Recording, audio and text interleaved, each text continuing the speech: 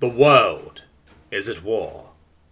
As the clock ticked over to a new millennium, the fiends lurking in the shadows were thrown into a frenzy. Always a problem, always ignored, they slaughtered and rampaged upon the mass of humanity, unchecked and unstopped for one bloody night. The gaslights go out across the world, from smoky Ardennes to verdant Synthana. As the New Year's bloodletting draws to a close, a red dawn rises over a terrified humanity, one desperate for protection by their king, emperors, and presidents, salvation from the gods, and death to the fiend that has preyed upon them. For a moment, the great games of the empires of men grind to a halt. The holy sanctif calls the faithful to battle. The church bell chimed the battle toscan. Old wounds are mended. Mankind is now at war with the forces of darkness. You have been placed in command of an organization dedicated to dealing with these fiends, a duty more pressing than ever. From wherever you hail, and whoever you are, your mission is clear. Drive back the shadows, and send these beasts into the abyss. Background. The gods forge all manner of souls, the valiant and the craven, the brilliant and the dullard, the relentless and the ever-tiring. Not all are the same, not all are equal, and in these times the world calls for but the very best, no matter what form they emerge from the crucible of life. You have 30 background points, BP, to spend. Choose one background. Soldier. War has always been in your blood. In the furnace of war, amidst the blood spatter of friends and foe alike, you were tempered and hardened. You have always excelled in the fight, the smell of acrid powder, and to you the surge of adrenaline is like holy ambrosia to the thirsty. So it was that you served, soldier of a nation or gun for fire. With exceptional credentials in cleaning other beings, where you fell into the trade of fiend killing, and from there, leadership. In the end, had you really changed that much? Perhaps not. Scholar. You have always thirsted for knowledge. From an early age, your appetite to know, to understand, was insatiable. Books followed, of course, consumed as a hungry man engorges himself on food without care for his health. University too, only the very best, gone in an instant. You are an academic, one possessed of a formidable learned mind, honed by an arsenal of books and a barrage of debates. A cruder being would simply try to kill the fiend, but as the old adage says, one cannot win without knowing your enemy. You still yearned to know. Shadow. In the dark underbelly of civilization you found comfort, confidence, and coin. Where things were so simple yet so far from it. You made your living in trades others would consider illegal, but which to you was as legitimate and critical in employment as any legitimate one. It was those in the shadows who felt the increased presence of the fiends first. One did not thrive without eyes on the back of their head. And as the disappearances mounted, so you became cautious, even as the governments of the world denied it. Only the wariest can win such a war. Clergy. The call changed you, long ago, as it does for many, though they all differ. Lifted by the light of the gods, you put away your old things and went forth to preach the holy word. For is it not great, so the gods can heal the weak, feed the hungry, and strike down the damned? So was it that you awoke after that terrifying night with a new vision in hand, the call to arms against those perversions of life who prey upon the cherished creations of the gods. 'Twas the sheer folly of man that saw the fiend rise. Let it be the hand of man to smite them. Entrepreneur. These are changing times, and it is in changing times that there is the most money to be made. You always had an eye for coin, how to make and keep it. And as new inventions appeared with every passing year, you leapt upon opportunities and raked in the cash for yourself. Naturally, the fiends are bad for business, killing not only customers, but productive members of society. With your eye for detail and organizational skills, there was nothing you had not conquered in the economic sphere. Why not fiend hunting? The certainties of life apply to them, too. Other. You were cut from a different cloth. The writers of the day say history passes on the shoulders of great people, but you do not necessarily agree with that sentiment. Your path is unique, as is anyone else's, as is everyone's, and like them, it defined you nonetheless. Your life was necessarily not defined by one act nor one task, But while there were things you excelled at, and things you did not, you too could not avoid the ever-growing threat of the Fiend, for no place in the world would be truly safe. Such was it that you fought them. Upbringing. Before you even took your first step, it seemed like your future was decided for you. Though feudalism is long gone, the world still runs by wealth and class. The haves and have-nots equally foreign to each other. Choose one upbringing. Underclass. You were born in a workhouse, your mother walked the streets, and you never knew your father. You were raised in the gutter, where you learned about the bitter realities of life and how to survive it. Lower class. Perhaps you should be thankful that child labour is nearly globally banned, for yours was a childhood of living hand to mouth, fights over scraps and cleaning the house as your parents toiled in factory or field. Middle class. One of an increasingly growing class, you were raised comfortably by clergy, bureaucrats or intellectuals, expected to attend and do well at university, with a youth full of books and familial pleasure. Nouveau riche. You have never lacked for want in your life. Your parents were new money, industrialists or mercantilists, with deep pockets that won you many friends among the less fortunate, but many you won over yourself. Nobility. You were raised with tales of valiant ancestors. Your family were nobles, of a group that clung to wanting wealth and power. You were expected to lead and fight, and your tutors instilled those things into you well. Magical ability. Since time immemorial, the human realms have had an unspoken agreement to regulate magic. Such was its potential to cause untold devastation. It is in writing now, and wheels of the arcane are still met with wary eyes. Choose one level of magical ability. Null. -3 BP. Nulls are an odd phenomenon. Subconsciously they neuter arcane energy, though not necessarily evocatory acts. While not considered an inconvenience, with intense study, nulls can learn to selectively control and apply their abilities. Mundane. Free. The vast majority, like yourself, are mundane, with no special abilities over the control of any other powers. But in being so, you are less likely to draw undesired attention, and have far more time for your own needs and purposes, whatever they are. Mage. -2 BP. You are one of a select few, born with the ability to manipulate the arcane energies. By legal requirements, you are registered and given an education in how to use and control the immense power that is at your fingertips. Evoker. -2 BP. Faith is a strong but mysterious thing, as are the acts of the gods. Still, it is well known that certain individuals, strong of will and faith, and favoured by the divine, receive the ability to evoke a fraction of holy power for the betterment of all. Homeland. Mankind has thrown its hooks across the planet, with nary a spot untouched by one flag or another. It is an era of expansion and revolution, one's homeworld a mark by which others judge them, and the foundation upon which their skills and experiences were built. Choose one homeland. Insitane Union. Workshop of the world and empire of the seas. The Insitane Union was already a major power before it became the birthplace of the Industrial Revolution. Historically protected by the national wars, which nullified the opening of nefarious portals within their boundaries, Insitane's status as the Lord of Ocean and Sea has left it vulnerable to fiend machination, just as its navy and army are overstretched, and political uncertainty rocks the ship of state once again. Empire of Liansiru. Glorious and ancient is honoured Liansiru, resurrected from the dire epoch by the courage of its people and the wisdom of its ancestors. Now the Phoenix of the Southeast stands tall and proud, master of the magical industry. Yet beneath the surface are cults of the insane, given new life by those dispossessed by the passage of time, which call on the dark gods and desecrate the mausoleums of the revered dead. Perhaps the dire epoch is not yet over. Savouridin Empire. The Empire of all Severod is the largest continuous state in the world, one entering a golden age of science and culture.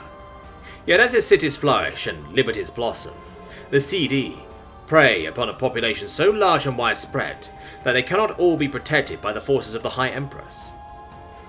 The Vaurigaud are a tough and resilient people who have suffered the Fiend before, and never have they suffered inequities without retaliations of their own. Astacarian Federation. The newly founded Astacarian Federation quivers with every passing year. Home to some of the world's most promising inventors, those inventions merely further divide the urbanized south coast from the less developed north, adding to historic tensions troubling the nation. As the coffee houses of Astacaria boil with political dispute, the vampires of its forests embark upon bloody killing sprees that with each month creep closer to the capital of Inastia. Vyacentia. The United Federation of Vyacentia is a land of opportunity, or so its people popularly claim. A mixture of former colonies which gained their independence centuries apart, and local tribes. Vyacentia is mainly united out of a combined fear of the rest of the uncharted continent, and to a lesser degree, the other great powers. Yet as the caravans go west in search of gold, they disturb the ancient dead, and far more dangerous beings, perhaps setting the Vyestian tinderbox alight. The Commonwealth. The Serenian Commonwealth is the latest of a myriad number of attempts to unite the Serenian peoples, but also the most successful. Located in the northern reaches, Serenia is a centre of learning and culture, all of it supplied by a merchant industry that near rivals Incertains. Historically possessing the best relations with the Mer out of all the great powers, the Commonwealth was now contend with the Wendigo problem, as they begin to colonise further north. Barsakan Empire. These are changing times, especially so for exalted Barsakon. Once the terror of the world, it has slowly slipped into stagnancy as the rest of the world outstripped it in innovation and production. The famed waterworks are failing, the rivers silting, and decadency grows. The desert crawls in to replace the lost greenery, and with it comes demons of all colours, ready to prey upon a population that all too ready to turn away for one reason or another from Synthana. Kingdom of Rystra. The Kingdom of Rystra is an ailing state. The year of revolutions had hit the old country hard, and ever since the divides between rich and poor, heartland and exterior, mageblood and mundane, have become even wider. Rystra struggles on, as it always had, while it wobbles with a werewolf ulcer it cannot lance, and opportunistic fiends stretching the limits of the intendancy. Rystra may see another Inquisition soon, and it may be welcomed this time. One night of terror. Hope was extinguished instantly. Then the screaming, blood in the night, whispers of metal, glimmers of godlight, false flashes of firelocks, feet upon cobblestones. The New Year's bloodletting swept away optimism for the new millennium, shaking civilization from its indulgent complacency. Beneath that, it was one night of terror few would forget. Would you? Determine what you did during the New Year's bloodletting. Fight! Caught by surprise yet quick to action, history remembers the slaughter of innocents. But there were those that took the fight to the foe, with vigour in their hearts, with sword, crossbow and fist. It was not only human blood that was spilled that night. The cornered serpent bites deepest. Protect. Some could fight, but not all. The old, the young, the weak, the ill. To shepherd lives and save them, always on the run, or locked up in a solitary fortress, there were those who sought to shield as many as they could from the wrath of the fiends, and the impure deeds unsung today. Survive. The darkness was all-encompassing, shrouding everything and anything. What was there to do, when there were enemies behind corners that could not be seen? To run or hide, live and survive, a coward's route perhaps, but also the one of the unmarked survivor. Shelter. There was always shelter from the storm, somewhere. The holy places where the light of the gods still glowed faintly in defiance. Watch-block houses of stout stone and stronger men. The castles of old manned again by fearful and valiant alike. It is not such a sin to have been saved in the end. Salvage. Skills learned in the shadows were useful when the shadows seemed to consume all. There's always money to be made, and had the slaughter not been so terrible, looting would have been inevitable. That did not mean that it did not happen. And enough took opportunity of the chaos to aggrandize themselves. Opportunity. What is one death when the night is full of them? What is a knife wound compared to the thousands torn apart by hungry beasts? The watch ignores it, the newspapers disregard it, the people forget it, but there was other dirty work done that night, work not done by fiend hands. Away. Word of mouth would have one think otherwise, but there were plenty who were not an audience to that bloody night. Those far from civilization, returning to carnage days later. Others who, in secluded hamlets, saw the telegraph machines discourse messages of death and terror. Other. All those who lived through that night were never the same, or so that is what the public says. True or not, no two stories were the same, as each looked death in the face, and saw with open eyes the fiend onslaught. Your experiences were your own, and what you did that night, your tale to tell. Scars. A red dawn on New Year's Day, but nothing else besides. The world turned, the rains came and left, life as usual, but innocence lost. The scars were what remained of that night, and they remain still, and for many forever. Choose any number of scars. Each scar is +1 BP. Cuts. You did not survive the night untouched. Now you carry the scars of that night, and every time your wounds ache, you remember.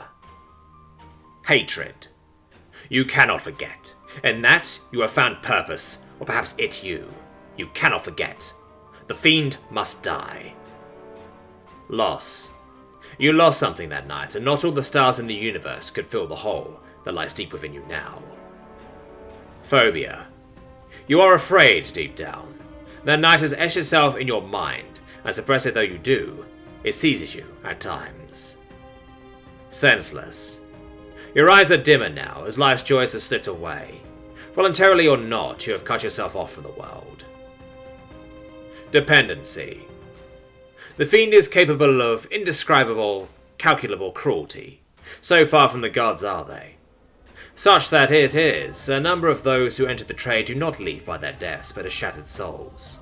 It should not be a surprise to you, then, that an increasing many look to relieve the burden upon their minds.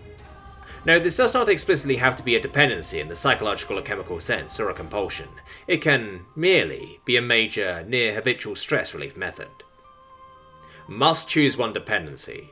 Can choose a second dependency for +2 BP on top of the option's points cost. None. -2 BP. Through self-restraint or other reasons, you do not have a major dependency. You have methods of relieving stress and keeping you grounded, but lack a major anchor, for better or worse. Cannot take a second dependency. Alcohol. Free. For many, truth lies at the bottom of a bottle or glass. Alcohol is one of mankind's oldest vices, and one of yours. Whether beer, wine, liquor, or spirit, you have your preferred poison, and in it you regularly find long-sought relief and oblivion. Bonds. -1 BP. No man is an island, and in the company of others, friends or family, you find comfort from the storm of life and confidence in battle. But were one of the bonds to break, you would not know what to do, for whoever the bell tolls, it tolls for thee. Duty. -1 BP. You must march, ever onwards, driven by ideals of duty and responsibility, or an irrepressible urge to fulfill some lifelong goal or passion. Yet should you tarry in this task, or go astray, you may be consumed by self-doubt, and who knows what else. Further, -1 BP. They have shepherded us, and like a sheep in the fold, you have always found comfort in the light of the gods, and the protection they provide. Beneath all of that, you wonder what you will actually do when you are faced with a crisis of faith. Flesh. Free. In the conjoining of bodies do you find release. It is perhaps beyond an ordinary or healthy desire, and something more. Perhaps it is merely the act, frantic and desperate, or perhaps the ritual, slow and deliberate. Perhaps it is merely to forget. Knowledge. -1 BP. You must know. You must know more. Knowledge calls to you as the bottle does to an alcoholic, and you have an equal thirst. So great is it that you disregard your inhibitions. No book too maddening, no material too dangerous. Narcotics. Free. Tobacco or opiates, absinthe or mandrake, you partake in exotic substances. In their heady aromas you let them consume you, losing your mind, letting you drift away along with any worries or stress you might have, even when you don't want it to. Skills. Hard and fast come to life's experiences. It is no sin to be hit and to fall, only a sin to not get back up again. For your endeavours, your victories and defeats, you grew, not merely in age, but in capabilities too. The urge was not always keen, but by that bloody new year you were honed. Perhaps not always ready, few truly are, but you were confident that you would not enter the war without a few tricks up your sleeve. Skills are divided into 6 fields of 4 skills each. Skills may be purchased individually for -2 BP, indicating specialization in that skill. It also slightly increases aptitude in the other skills in that field, and a field-specific bonus is applied. After purchasing all 4 skills in a field, you are considered to be an exceptional talent. After a field has been completed, a further -2 BP can be spent to designate mastery in one skill in that field, indicating being a master in their skill, among the top handful globally. Soldiery. Each year, the nations of the world churn out tens of thousands of soldiers, professional and reservist, in anticipation of a great war that is yet to come, may never come. But in the lawless areas of the world, the warriors and soldiers there receive no such organized training, but all are trained to lead and to follow, to fight their fellow man and kill him. They do it very, very well. Each additional skill taken in soldiery offers a minor increase in constitution. Awareness. Soldiering may be predominantly boredom, interspersed with short moments of terror, but most of that time is spent watching. It is not so easy to keep watch for hours on end, but you manage to do it without losing attention. In addition, you have a great eye for detail, and in spotting camouflage foes. Firearms. Learning to use firearms may be easy, but landing shots at range is difficult. You are a particularly good marksman with firearms, capable of landing those hits. In addition, your experience allows you to keep firearms in good condition in the field, and reload at a considerably faster rate than most others would. Tactics. Though it may seem simple, commanding a group of fighters in the heat of combat is not that easy.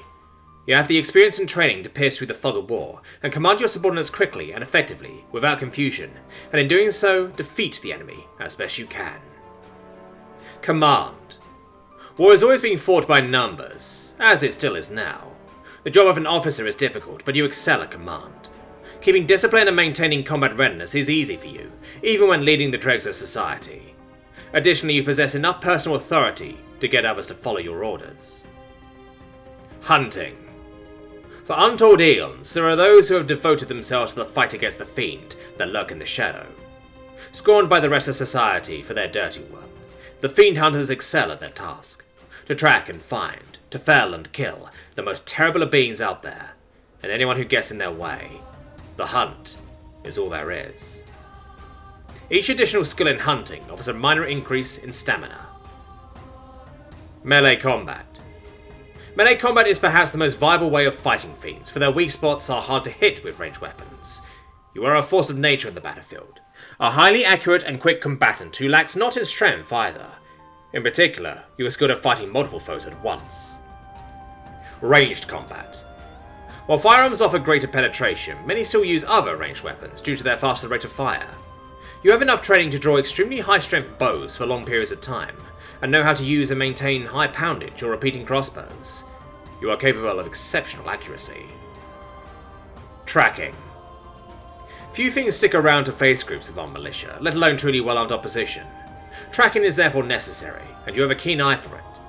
You possess a natural aptitude for noticing tracks and other evidence of movement, and following them, as well as in identifying whatever caused the disturbance. Slaying. Slaying is the art of killing a fiend.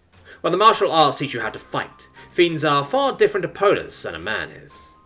In-depth knowledge of a beast's weak points are necessary. You have developed an instinctive knowledge of common fiend weak spots, and can find them in situ on those you do not know. Guile. A slip here, a knife there.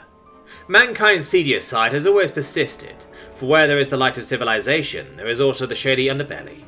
It is self-serving in every way, but those who serve themselves survive.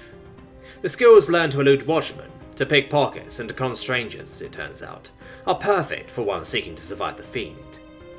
Each additional skill taken in Guile offers a minor increase in agility. Stealth. Simple in theory, but far from being so in practice, stealth is the art of not being seen. Through trial and tribulation, you have become an expert in it, easily avoiding detection from most, whether stationary or in motion. This involves avoiding detection from sight, hearing and smell, as best you can. Deception. To say as not one thinks, to act as not one wishes, that is the art of deception. From disguising yourself or acting as bait, to lying between your teeth or putting on a false air of confidence, you are a slippery operator, a veteran of deception, who can manage to spar with the very best liars around, and confound many. Survival. Civilization's reach may have broadened, but that only means there are more environments to have to survive in.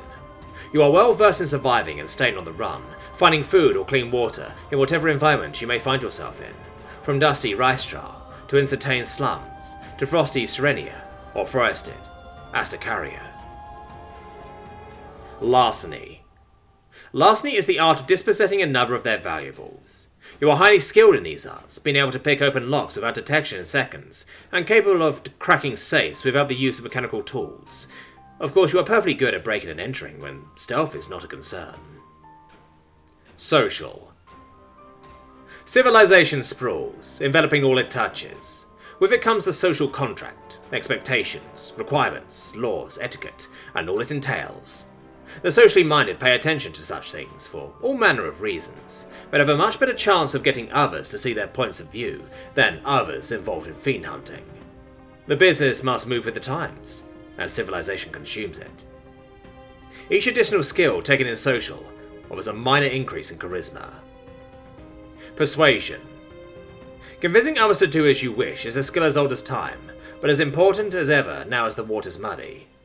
You are silver-tongued and swift of mind when you talk, rarely tripping over words and instinctively knowing what to say to convince others to do as you wish, or at least make them amenable to it. Leadership. The skill of getting others to do as one wishes. Leadership involves many factors, admittedly. You, as a leader, are particularly skilled at recognizing issues among your subordinates and in resolving them, more likely to diffuse problems than to cause them. Generally, you cultivate an aura of someone to be followed. Linguistics. There are many languages in the world, which aside from being used for communication, are also used for more covert purposes. You are a polyglot, well versed in the common tongues of the great powers, in addition to other languages of note too. Aside from comprehending them, this also helps your cryptanalysis skills. Administration. A most inglorious field, administration covers everything from interpreting and writing reports to organizing large bodies of men. You are a highly capable administrator, taking to such duties with aplomb. Most importantly, you are quick and efficient at this, and rarely get overwhelmed or confused. Scholarship. Ensconced in their libraries, the scholars of the world may seem isolated from the world, but far from it. The recent revolutions were driven by them, and today they still drive not only the carriage of progress, but the underground war against the Fiend. For as the enemy's strength is revealed, more sophisticated efforts are required to deceive, ascertain, and defeat the enemy.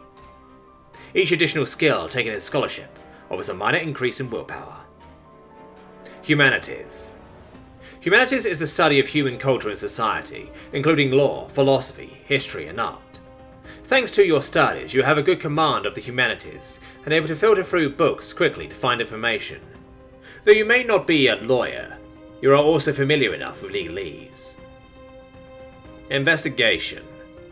Though investigation is increasingly science-focused, there is still plenty of room for fieldwork. Your experience in investigation means that you can easily canvass and analyze a crime scene, rarely missing any items of note.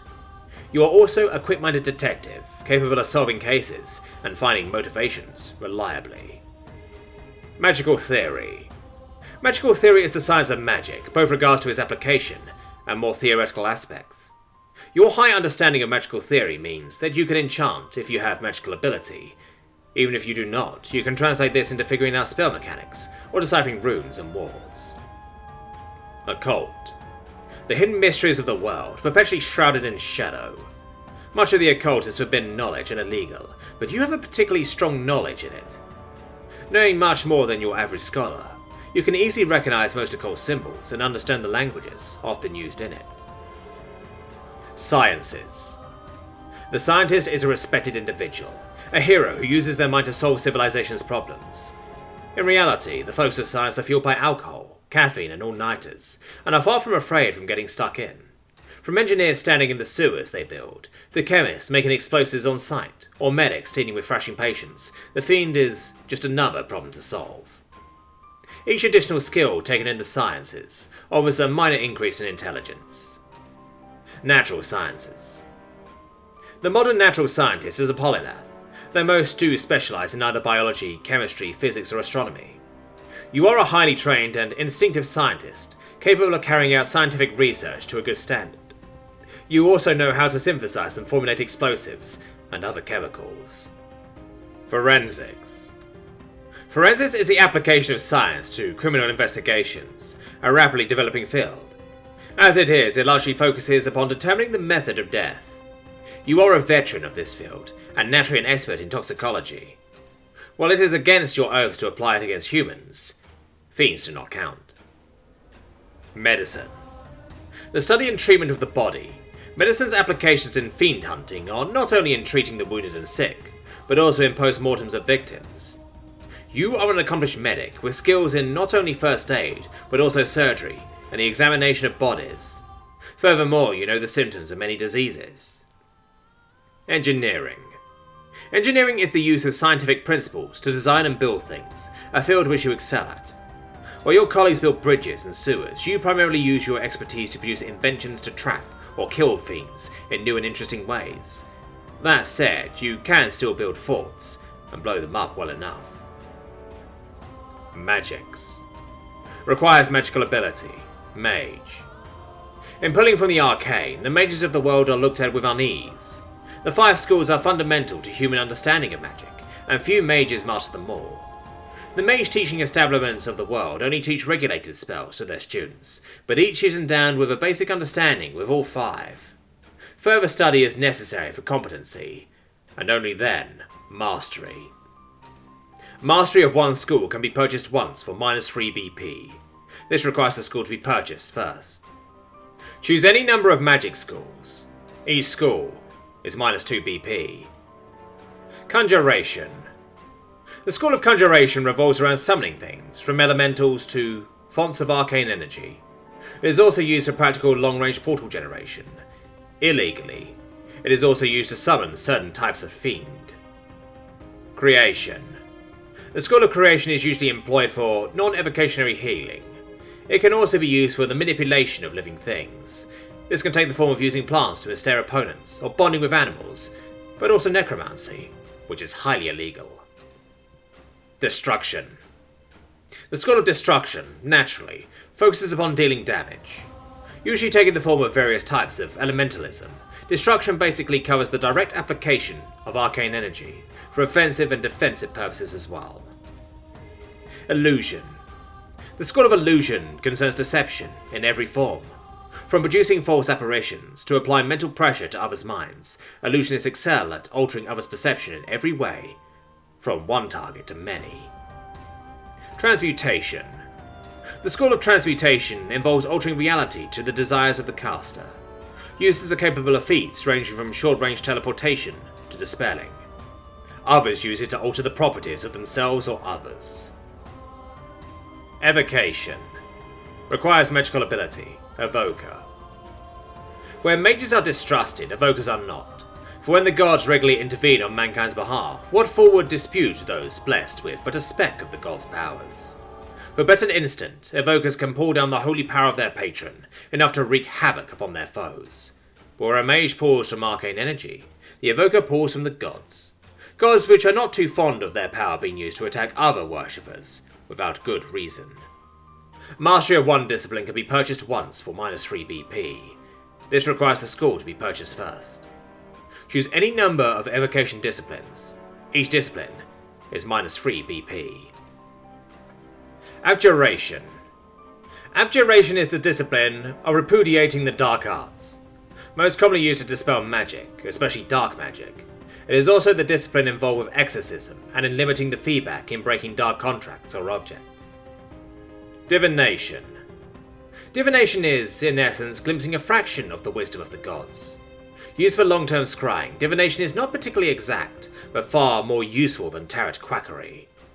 Then there are allegedly some who know battle precognition. Protection. Used to bless and protect the faithful, protection is used to confer shielding, both mental and physical, for the long and short term. Additionally, it is used to passively shield the faithful from harm by disguising their presence from fiends. Rejuvenation. Rejuvenation is the primary application of evocation. The employment of divine energy to restore others to health. It is used to close wounds and heal the sick, and to assist natural recovery. It is also used to relieve the tired and cleanse the mad. Retribution. Retribution involves dealing damage to those the gods consider anathema, usually fiends or heretics, from blinding foes to smiting them, sanctifying weapons to calling down holy beams or lightning bolts. It is most effective against them. Virtues. The dark gods and their underlings would have you believe that man is nothing before the vastness of eternity. The haughty mage would have you believe that non-mages are but mewling infants, weak and helpless. They could not be any more wrong.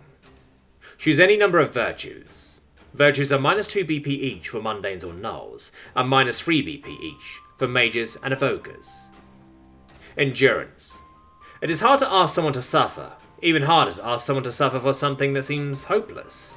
Yet humanity seems to be full of those people, willing to bear immense torment for little gain. Possessing exceptional ability to take punishment, you are particularly hard to keep down, despite the wounds. Excellence. They say there is some divine spark that makes man. It has plagued philosophers and scientists for centuries, but what is known is that mortals are capable of that extra, incalculable something that throws life's equations away. You have a hint of that heroic excellence, a brilliance in action that kicks in just when it counts. Principled. You cannot kill an idea, but you can kill a person. In the face of death or worse, the idealistic are not always so bright-eyed. Not so for you, for even in the harshest tempests there are always some things worth fighting for. Despite the direness and despite the temptation, you still tightly hold on to your convictions and sanity. Unconquered. To struggle is to live, but one need not drift along with the tide. It is no sin to be afraid of the terrors out there, both man-made and not. But in the end, you are the master of your own fate, your soul unconquerable. Even in the darkest times, against attack from foe or despair, your will remains strong, and you never give up. Marks. The marked stand out, whether they wish to or not.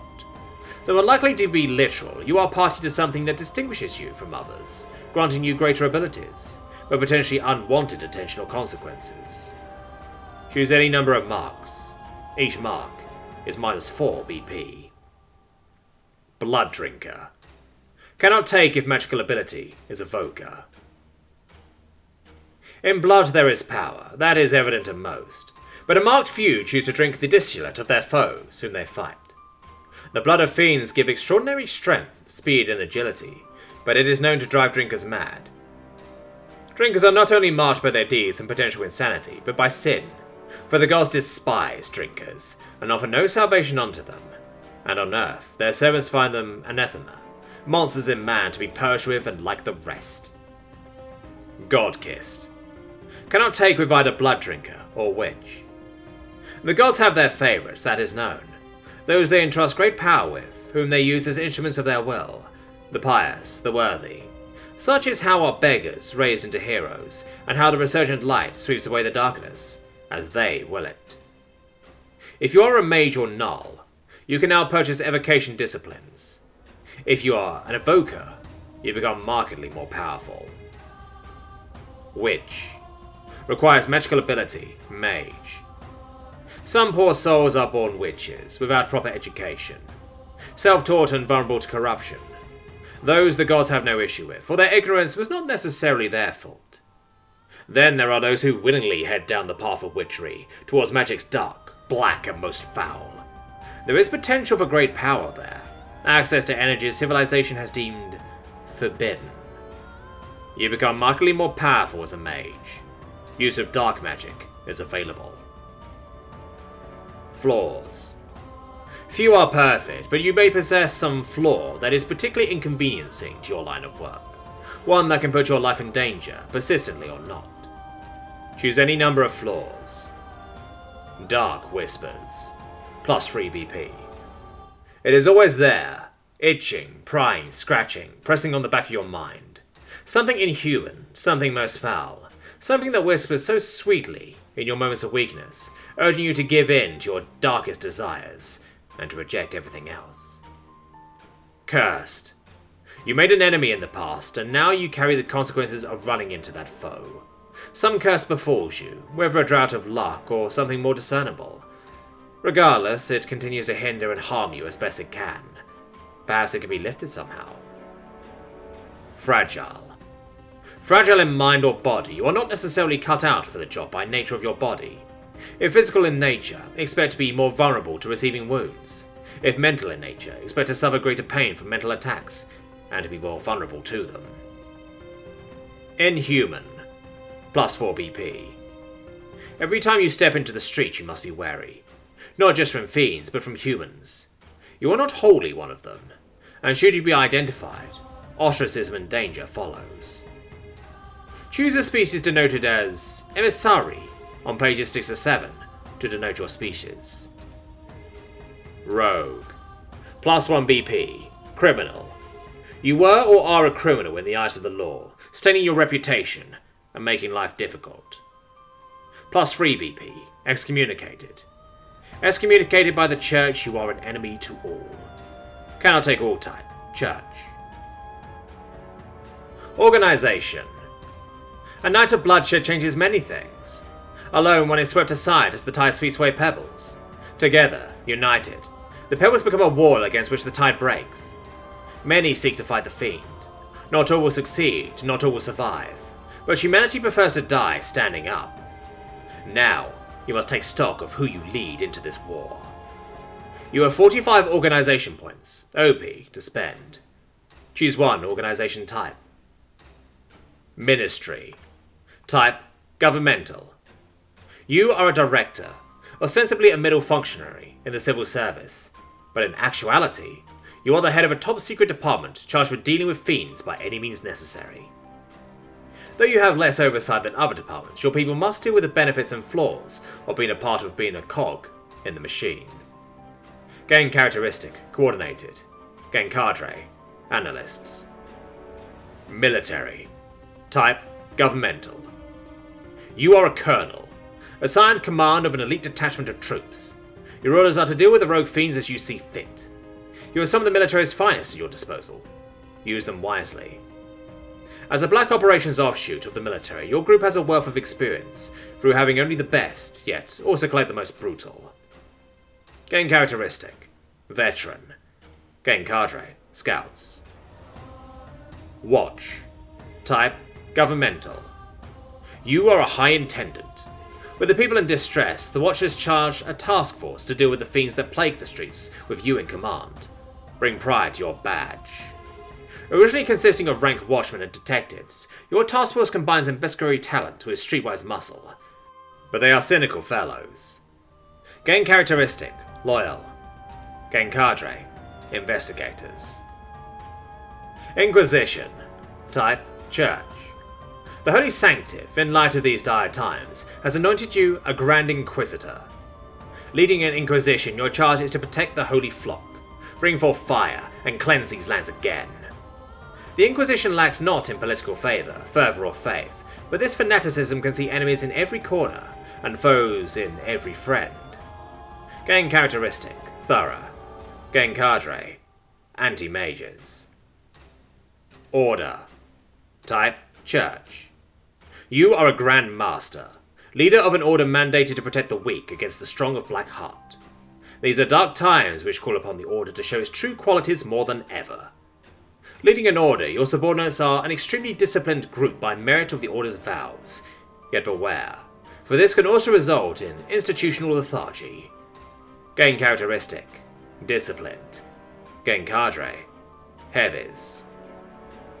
Clergy. Type, church. As a church prefect, you cannot ignore the cries of sorrow in the transcripts and soup kitchens. Now you need a congregation to investigate and confront the fiend, and save the helpless from terrible fates. You lead a semi-independent branch of the church, and you can call upon its best scholars and confessors, but its soldiers are committed elsewhere. Gain characteristic, charismatic. Gain cadre, healers. Guild. Type, independent. You are a master, chief of a group with a tradition that has protected the lands for centuries. Your fellow adventurers and hunters have slain countless fiends throughout history, and continue to do so. Guilds of adventurers and hunters deal with fiends for coin. They lack not in skill nor in specialists, but loyalty is a pricey commodity in a near mercenary trade. Gain characteristic, pragmatic. Gain cadre, hunters. Society, type independent. These are interesting times, but not only those subject to a crown or church are involved. As a chairperson, you have been called to lead a society's fight against the fiend, and to illuminate the shadows. Societies are social groupings of all types, and rely upon member donations or sponsors. Scholars and amateurs, they are certainly eager, but lack muscle. Gain characteristic, intrepid. Gain cadre, academics. Fraternity. Type, independent. You are the leader of a fraternity, one of many groups that have always existed in the shadows. They are bound by shared oath and the desire to study beyond the grasp of those who would hold them back. Fraternities are tight-knit groups which, privately, study knowledge which is typically forbidden. Their members are very knowledgeable, but prone to falling. Gain characteristic, curious. Gain cadre, shadows. Organization age. The beasts that have lurked in the shadows have preyed upon man long before he tilled his first field. Now new muscle enters the fray, and time will tell whether they are of quality. Choose one organization age. Recent. You are the first leader of your organization, this being its first and only iteration. You will have to learn all the tricks of the trade, but at the same time the fiends do not know of you, giving you much greater freedom. Mature. You are not the first leader of your organization, for it has existed in prior incarnations, interrupted or not. It has gathered a wealth of knowledge and basic competency in its duties. It has established itself, but not very strongly. Venerable. You are charged with leading an organization which may have existed from the very start of civilization. Its deeds are many, but so are its failures and enemies, and the fiends all know its name, for better or for worse. Organization stance. Perfidy is no stranger to those that seek to devour civilization, so it is that those who fight them are faced with a choice. Fight in the light, and have the foe flee before you can kill them, or fight in the shadows, just like them. Choose one organization stance. Hidden. Mere secrecy is insufficient for the organization, for it actively takes effort to ensure that nobody they deem to be unworthy knows of its existence. It leaves no trace wherever it can, and its members will have never existed. It will willingly get its hands dirty to achieve this aim, from blackmailing bystanders and using mind-wiping, to activities such as outright murder. Covert. A covert organization does not officially exist, nor are its members involved in fiend fighting. Those in the business knows it exists, but the organization takes care to keep its existence and activities hidden from the public. This is to stop the gaining of undue attention, and to improve security. Still, they are not compulsive enough to prevent rumors from spreading. Disguised. The organization exists publicly under a different name and purpose, with its fiend fighting role disguised under a front operation. This allows its members to not have to fully commit to a secret life, nor have to justify their presence to those not in the know. This potentially offers targets, but not as clearly as overt groups. Access is more limited, but not impossible to others. Overt. The organization does not hide the fact that it has been established to fight fiends. As such, it does not have to devote as many resources to maintaining secrecy, but at the same time is more vulnerable to attacks and have to maintain its public image more carefully. But its overt nature is a show of confidence and allows the needy to more easily receive assistance, or for others to offer help. Organization priority. Human stamina is not inexorable, nor can one be in all places at once. The wise one knows his merits, picks his war, and chooses his fights with care. The same is for to organizations, which must choose missions to prioritize. Choose one organization priority. Investigation. The Fiends' rampage is clearly not only due to themselves. There are Fiend sympathizers and other filth, and these must be rooted out and destroyed first of all, lest they make it far easier for the Fiends to do their dirty deeds unmolested. Research. Defeating Fiends is a short-term measure. Research into finding a way to stop them from penetrating into our realm, finding new hunting techniques, or developing ways to permanently remove them as threats is a far better use of time and resources. Protection. It is not defeatist to adopt a defensive posture, but to be devoted only to the destruction of Fiends is, ultimately, defeating the organization's original role, that of protecting others where usual measures have failed. Slaying. The best defense is a good offense. For too long the Fiends have preyed upon the population. There is no better way to make the world safer than to kill the Fiend, and kill them wherever and wherever they appear. For that is all they deserve. Organization characteristics. No two groups in any field are the same, and so it is among Fiend hunters. The task is a challenging one, and each approaches it in their own way, as best they can. Take 2 characteristics. Coordinated. He who fights alone dies alone. The organization's members are known for their ability to work together without confusion or misunderstanding, no matter how dire the situation. As a sum of the parts, they are far more lethal. This also extends to working with allies of convenience. Charismatic. Fearin is an adept silencer of tongues, and it takes the most silver of tongues to coax words back out. The organization's members are known to be particularly fine wordsmiths, capable of inciting the weak-hearted into action, and in prying hidden secrets out of the afraid and guarded. Curious. Curiosity may have killed the cat, but would it not have died anyway? The organization's members are always in search of knowledge and the truth. While this can result in them digging too deep, ignorance is not as blissful as some would consider, for the threat you do not know can still kill you just as easily. Disciplined. The conflagration of war makes unspeakable demands out of mortals. To survive, sane and with success, ironclad minds and backs are required. Noted for its discipline, the organization's disciplined nature results in smoother operations and improved resistance against mental attacks. Loyal. Loyalty is such a precious substance when souls and swords are so easily for sale to sovereigns or spirit. The organization's members are known for their die-hard loyalty to the cause and the group as a whole, making them extremely hard to subvert and keeping their loyalty unto death. Heroic. The night is darkest before dawn, and it calls out for heroes. Humanity is what divides man from beast, and there are things worth fighting for. The organization is more idealistic than most, preferring to take third options when offered difficult choices. Naturally, the people greatly support them. Intrepid. Fear is a natural response to the horrors that lurks out there. The intrepid one stares at that fear and carries on regardless, despite the danger and terror. The organization is capable of withstanding far greater losses without flinching, and carrying on in spite of them, unbroken in body and in spirit. Pious. On this shrouded earth, many call out to the gods for salvation, and they do answer.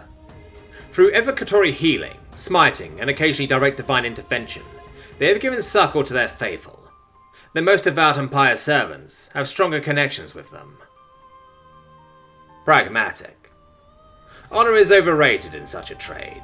Few fiend hunters are not pragmatic, but the organization's reputation for pragmatism goes above the rest. Its members will employ every feasible trick or deception they can think of, in and out of battle, to ensure that they complete their mission successfully. Thorough. The thorough are not necessarily curious, but are instead more detail-oriented compared to their peers. They are efficient and exacting, not in their search for knowledge, but in order to complete their task. The organization is full of workaholics, for the fiend hunter's task does not, should not, end. Veteran. Veterancy is an attribute that is described, but can rarely be distilled. The organization's ranks contain many who have decades, perhaps more, of combined experience, and with it, the minute optimizations and battlefield knowledge that can only be gained through blood, sweat, toil, and tears. Wealthy. Money makes the world go around, for many a blade can be turned away with a cold coin, or outright brought. The organization is known for its great wealth, whether due to its treasury or the individual wealth of its members being particularly notable. This affords greater flexibility in general. Organization complications. Fiend hunting collects all manner of people into its fold, and in such a trade of such high risks, there rarely is an individual without a flaw, or a group that does not face challenges from within. Choose up to 2 complications. Each complication allows you to take 1 more characteristic. Complacency. Overconfidence is a slow and insidious killer, and complacency a cunning and patient slayer. The organization's members, for whatever reason, are more likely to let their guards down and rest on their laurels in action and on the strategic sphere. They are easily caught off guard as a result. Disloyalty. Your ascent to the leadership post of your organization was not without opponents, and there are some who will attempt to ignore your orders wholly. In general, there is also a persuasive anti-authoritarian attitude in the organization, which often leads to agents going off and doing their own thing. Dogmatism. The organization has a number of beliefs which it holds to extremely tightly, and which have a major impact on its operation. It holds to them so tightly that any attempt to move it away from these beliefs will be near unanimously resisted by its members, who may react violently to these efforts. Indulgence. While not necessarily prone to vulgar displays of depravity, the organization has a rather indulgent air out of combat. While its performance has not particularly suffered as a consequence, there are those who question its members' mental state in the field, being so uninhabited outside of it. Infiltrated. It is alleged that certain fiends have infiltrated the organization, or in some way have managed to access its communications or records. Until this is resolved, missions will be much more likely to go sideways, plans and secrets leaked, and attempts to remain secret will be less successful. Paranoia. Evil arises when good men do nothing, but what happens when good men delude themselves into seeing threats where there are none? The organization has become deranged in a way, consumed by an endemic paranoia that possesses its every action. There is no trust, so blood and fire ensues. Phoenix. The organization was previously nearly destroyed by some attack. The organization in its current state is a reincarnation of its prior form, rebuilt out of surviving members and new recruits. A great deal of knowledge and resources were lost in the initial attack, to say nothing of the men in experience. Unlucky.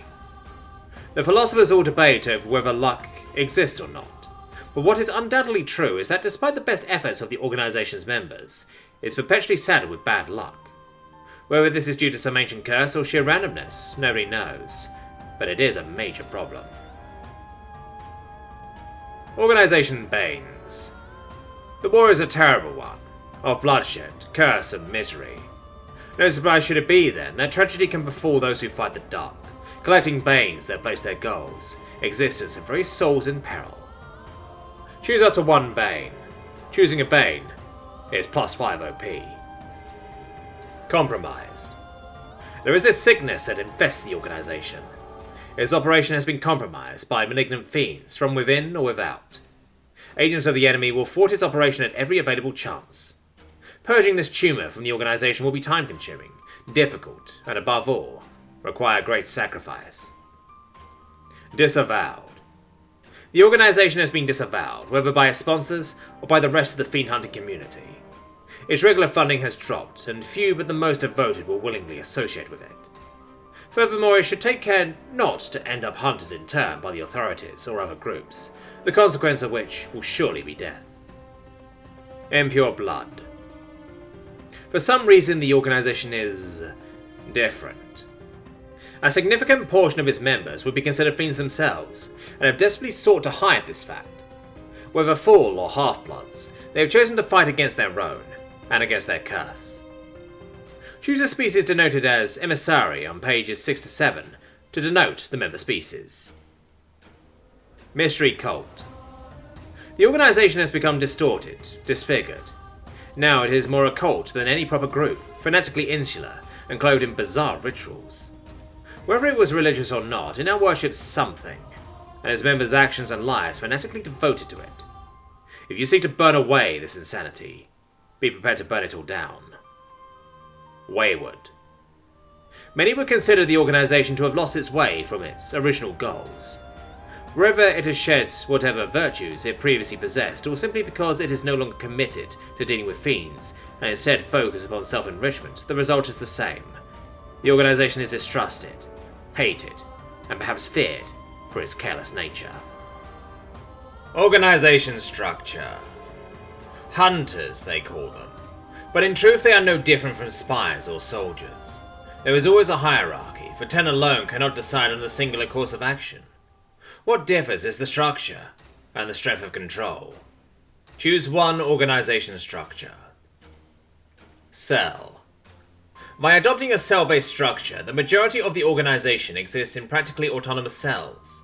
These are harder to identify, much more flexible, and the compromising of one rarely affects others. However, central authority is limited. Cells can have overlapping missions, and they can easily go rogue. Chapter.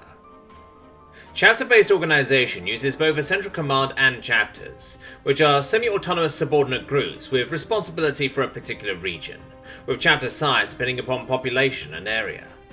This combines the benefits of local flexibility with top-down coordination. Centralized. By unifying command and control into one authority, with subgroups evidently subordinate to it, operations can be carried out without risk of units interfering with each other. Orders can also pass much quickly up and down the chain of command, central power increased, and waste decreased. Organization perks. No two organizations are the same, inherent from the very beginning or taken along the way, just as each has their flaws. They have their own merits, tried and true. Select perks according to organization structure and type. Each perk is -1 OP. Cell perks. Structure, cell only. Deniability. Due to cells' autonomy, they can often act without the central leadership's approval, which can deny knowledge. Thus, whether valid or not, troublesome cells can be denied as being part of the organization, and excised from its membership with ease, whether in a lethal manner or not. Hidden in plain sight. Being highly flexible, cells can distort themselves to fit whatever situation they may find themselves in. Combined with their isolated nature and small size, cells are consequently much more concealed than other structure types, and they can blend in with the population much easier. Local allies. Focusing operating in a locality, cells can form personal connections with the locals much more readily than agents from more organized and faceless organizations, ranging from networks of informants to allies in combat. The enemy of my enemy, after all, is more relatable in person. Terrain advantage. The survival of cells depends heavily upon their members' knowledge of the local terrain, and their exploitation of it. Lacking the resources and manpower to hold substantial, fortified establishments, they end up excelling in learning and using natural advantages to their fullest, both locally and generally. Chapter perks. Structure, chapter only. Chapter traditions. As more permanent organizations, the development of traditions and chapters can be encouraged. This results in the development of specialties, and also encourages a certain esprit de corps. Though a rivalry can result between chapters, this can be turned into a friendly sort. Commander's Council.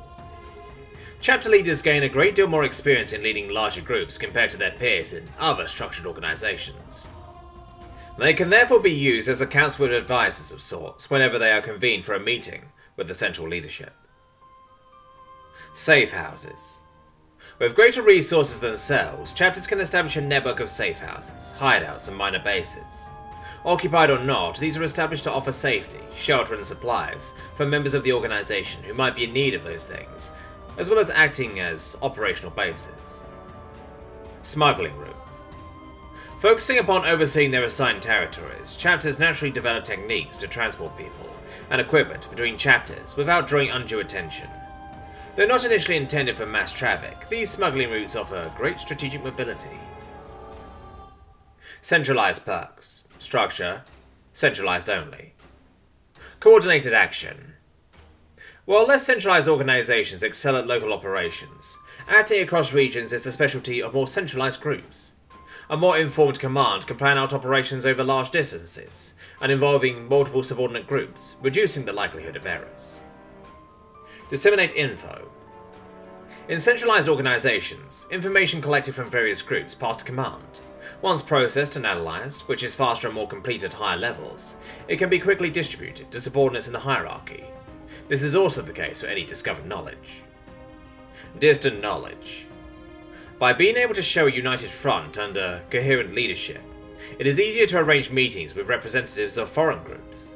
This can establish exchanges of knowledge, intelligence, resources or personnel between them, and aid in future international cooperation. Efficient organisation. With the leadership more able to determine what each subordinate group is doing, waste can be limited by preventing the formation of rival groups working on very similar projects and operations. Clashes between regional leaders can be identified, and the individuals involved relieved. Governmental perks. Type: government only. Boots on the ground. Call upon the government's pool of employees as muscle to supplement the organisation's operations in the field, and overwhelm the Fiend with numbers. From soldiers to sailors, bureaucrats to infrastructure workers, mankind still greatly outnumbers their foe. Investigative Committee. Investigative committees are slow, ponderous things, but exceptionally detailed and capable entities that can call upon the world's finest experts to provide their opinions. A favourable ear in these will see the governments of the world take decisive action much faster. Major funding surge. For encouraging the government to devote greater funding for a period, operations can be massively stepped up and expansion to the organisation done in short order. Without having to go into debt, this provides groups with greater financial flexibility. Prediction engines. By gaining access to the government's difference in prediction engines, information can be analysed more quickly, codes deciphered, and enemy intent gauged. These mechanical engines can process information far faster than any biological mind can. Ultima Ratio Regnum. The government has provided the organisation with a blank cheque to use artillery, explosives, and heavy weapons on national soil against the Fiend without major consequence. This is largely only a national edict, however, not an international one. Church perks. Type: church only. Absolution and benediction. Fiend fighting can burden even the strongest soul. Especially trained priests can cleanse their troubled souls through words and actions, and save the troubled mind. They are not only exorcists, but confessors and chaplains too, with plenty of experience. Fire and brimstone sermons. The people are afraid, but words roared from a pulpit can inspire them to action. The clergy will incite the people to take action against the fiends, and to assist those combating them. Part of this will materialize as physical aid, but also take form as monetary assistance. Messages of the Sacred Oraculia. The Vestal Priestesses of the Sacred Oraculia are gifted with divination through the favour of the gods. Though their visions can be unclear and require intense interpretation, they are a vital tool against the great enemy, keeping the forces of light one step ahead of the foe. Restricted archives. The Church, contrary to popular belief, does not only burn books. In hidden, secured crypts are preserved some of the oldest books, full of esoteric material. Now access to these archives has been granted, as is the assistance of the Church's many brilliant scholars. Sanctified weaponry. Nothing kills the Fiend better than the light of the gods. The Church, and perhaps the gods themselves, can bless and sanctify weapons, making them more effective against fiends. This would otherwise be a slow, expensive and time-consuming process without their help. Independent perks. Type: independent only. A band of brothers.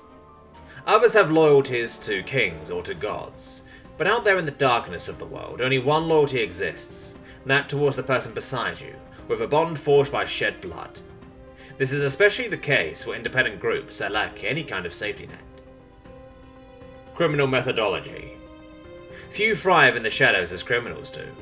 By forging an understanding with them, their expertise in illicitly transporting goods and persons can be obtained and used for less selfish deeds, making it easier to perform actions beneath other scrutiny. Experimental weapons. The vast majority of inventions never get past the drawing board. It would be foolish to let all these geniuses' dreams exist only on paper. Some will be absolute duds, but others may turn out to be very potent weapons that would have been rejected by the world's conservative militaries. Private collections. There are collectors of rare, prescribed knowledge that will never show their collections to a government agent or to a priest, but will to anyone else for enough coin. Within them are volumes of dark material and books thought long lost to the mists of time. Those beneath notice. The government and church move as a whole in an ungainly fashion. Unchecked by bureaucracy, commitments, or public opinion, independent groups can move and react much faster to developing crises, and with greater freedom of action. Protocols. Specialization. Fitting for an industrializing world, but the fiend hunters of the world have always specialized. So no man's attention is inexorable, and no organization's resources infinite. They must not only choose where they fight, but also how they fight. Protocols are regulations and standing orders, policies and common practices that define an organization's approach towards the war. Each protocol is -1 OP. Extreme candidate vetting. The business requires those who are of tough mind, strong of body, and loyal unto death. Intensifying vetting prior to recruitment and increasing the difficulty of tests will ensure that only the most suitable, adaptable, and trustable can make it in. Mentorship system. It is said to be wary of the old in businesses where most die young. Unfortunately, most of them are highly sociable. By establishing a mentorship system, formally or not, veterans can pass on their knowledge and experiences to the newer generations. Independent action. Society and expectations have largely restricted individual initiative. By training members to take the initiative and be independent, they can stop relying on commands and become much more flexible, and be able to take advantage of sudden opportunities. Promotion by trial. Gauging the upper echelons of the organization through trial or examination ensures that only the very best make it to the top, and generally cultivate a culture more inclined towards self-improvement amongst the recruits, lest they languish at the ladder's bottom rungs. Standardized training. A basic, standardized training regimen will ensure that all recruits are trained to a passable quality, and that there is a basic level of understanding for all members. This reduces the likelihood of confusion in the field, and generally lifts the quality of the organization. Armed to the teeth. While overburdening agents with equipment is undesirable, there is an argument to be made about not merely equipping them for the intended mission. By ensuring that they are equipped to deal with any potential enemy, they will do better in combat, but perhaps tire more over time. Assigned battle brethren. While one pair of eyes can be easily blindsided, the same cannot necessarily be said for two. By assigning agents to pairs, each responsible for another's back, it will not only foster a greater sense of camaraderie, but hopefully decrease casualty rates. Competition shooting. The civilian competition shooting scene is not wholly relevant to fiend hunting, but provides a vehicle for marksmanship training. In addition, some of its practices, such as use of optics or skill at long-range marksmanship, can be carried over. Hunter-killer teams. Hunter-killer teams can be especially developed, dividing tasks between hunters and killers. This allows for specialization of skills. These groups are ideal against high-priority targets due to the additional training required, but can serve conventionally. Are weapons for hire. Though unglamorous, there are bounties put upon certain fiends or items by both the authorities and private individuals. If funding is insufficient, it may be worth taking these opportunities, when available, to supplement the current sources of income. Death before dishonor. If desired, a zealotry can be installed within members that encourages them to do their utmost to prevent assisting the fiend while under duress. This will make mind control less effective upon the group's agents, but potentially lead to emotional withdrawal. Exorcism experience. Most of the time, hunters simply beat a fiend to death in order to kill it. This can be quite inefficient and may not be inconclusive. Exorcism has been practiced on and off with varying degrees of success, but if refined, can be a potent solution to undead problems. Mind-cleansing procedures. Reversal of thraldom and brainwashing, as well as restoring the catatonic to sanity, is typically the purview of the Church on account of its difficulty, and how evocation is more suited than magic to it. However, there are no legal restrictions to others doing this. Prioritize null recruitment. Nulls pose a potentially highly potent weapon against fiends, especially those that heavily employ magic. However, they are largely ignored in society due to their lack of training and propensity to have headaches. Recruitment can be changed to find them. Stay behind elements. After a failed mission, it may seem natural to return to base, but this can lead enemies towards secret locations. Instead, train agents to go out of contact and monitor or distract the enemy, eventually making contact with Command to help the next team have a better chance. Advanced Forensics. As forensics moves past merely guessing based on visual evidence, the scientific improvements are incalculably useful in anti-fiend efforts. Aside from information as to the killer, the attacker's capabilities and potential weaknesses can be better gauged. Cultivate informants. From the richest courtier to the poorest street rat, there are plenty of sources of information out there, if one goes looking. These can provide information on enemy movements as well as those of other groups, so that they can be assisted, tracked, or hindered if desired. Riders in the night. The horse is one of man's most useful tools and has been used for centuries. By ensuring that all agents are competent riders, with a large supply of thoroughbreds available, strategic mobility is greatly increased, as is the chance to escape. Silks hiding straight silver. Using humans as bait for fiends is generally frowned upon, but can be effective at times. Some groups employ prepared bait, keeping them part of the plot and training them to spring attacks on unwary fiends. Other groups prefer to leave the bait in the dark. We have ways of making you talk. Though it is exceptionally difficult to contain captured fiends, there is some merit to it.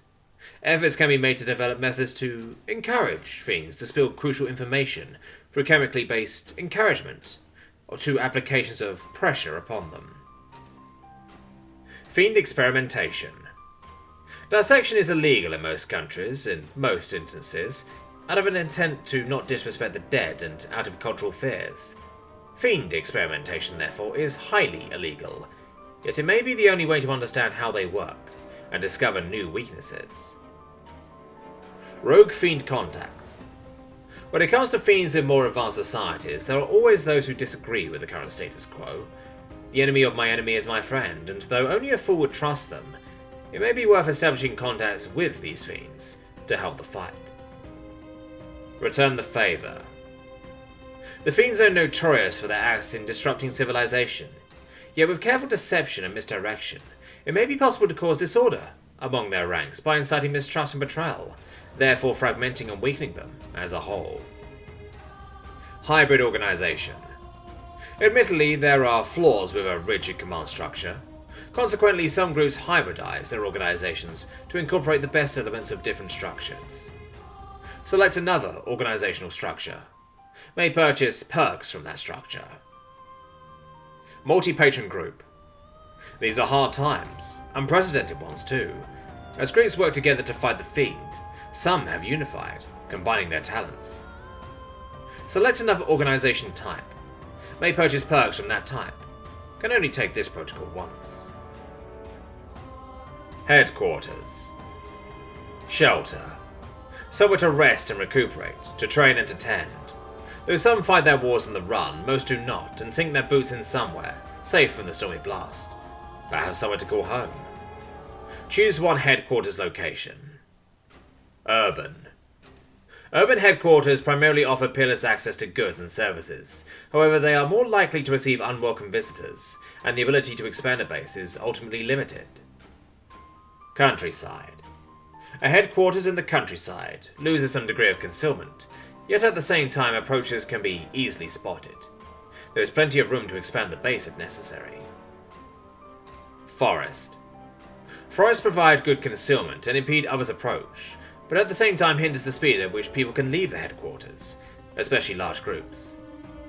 Mountains. Practically peerless in terms of defense, mountain bases have superior natural advantages, but expansion will be slow due to the rock, and supplies may be difficult to obtain. Island. Island bases cannot be attacked without command of the water, which is both its greatest strength and weakness. Otherwise, such bases depend upon the type and size of the island. HQ features. Long ago it was learned that settling down would not prevent attacks from those who preyed upon him. So it is for your headquarters. Make it a fortress or wipe it from view, a nexus of knowledge or a forge for fighters. Hidden. Cannot be taken with HQ feature Fortification. Prioritizing concealment over defense, the HQ can be seamlessly integrated into its environment, such that it can only be found if deliberately looked for. Fortification. Cannot be taken with HQ feature Hidden.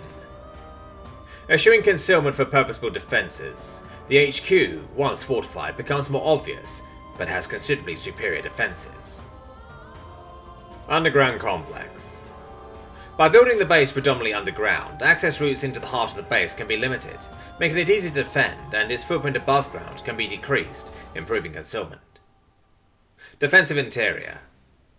Design the interior of the headquarters to consistently offer advantages to the defender through choke points and gas stations. This will admittedly be somewhat inconvenient when not under attack. Trapped.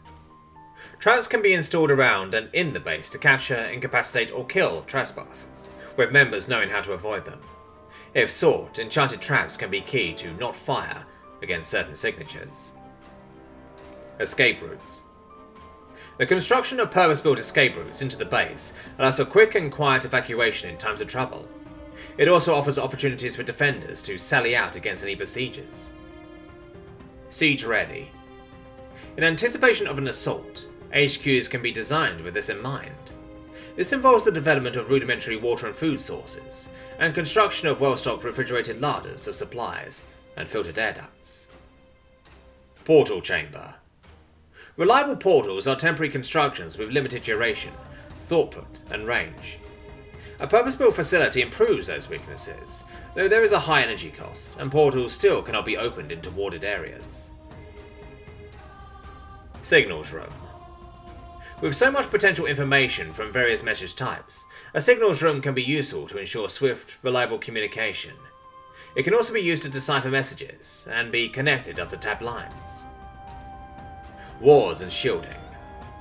Wars can be erected to detect the motion of trespassers, while shielding would generally absorb the energy of mental attacks. Actual shields against physical magical attacks are possible, but are both obvious and highly energy consuming. Containment cells. Highly secure magical and mundane facilities are necessary to ensure the long-term imprisonment of fiends.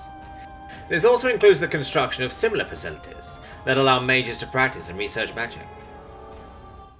Advanced Infirmary. The highest end medical equipment can be installed in a purpose-built infirmary, which can be easily sterilized. This will improve recovery rates, decrease the likelihood of complications and deaths of wounded who make it back. Expanded Armory. An expanded armory allows for the storage and maintenance of all sorts of tools and weapons. The attached workshops in turn offer the tools and equipment necessary for engineers to create new items from scratch. Extensive libraries. The cataloguing, copying and preservation of books is a difficult and time-consuming task, but can be made easier with a large staff and proper facilities. This also includes the acquiring of books to be stored in said libraries. Laboratories.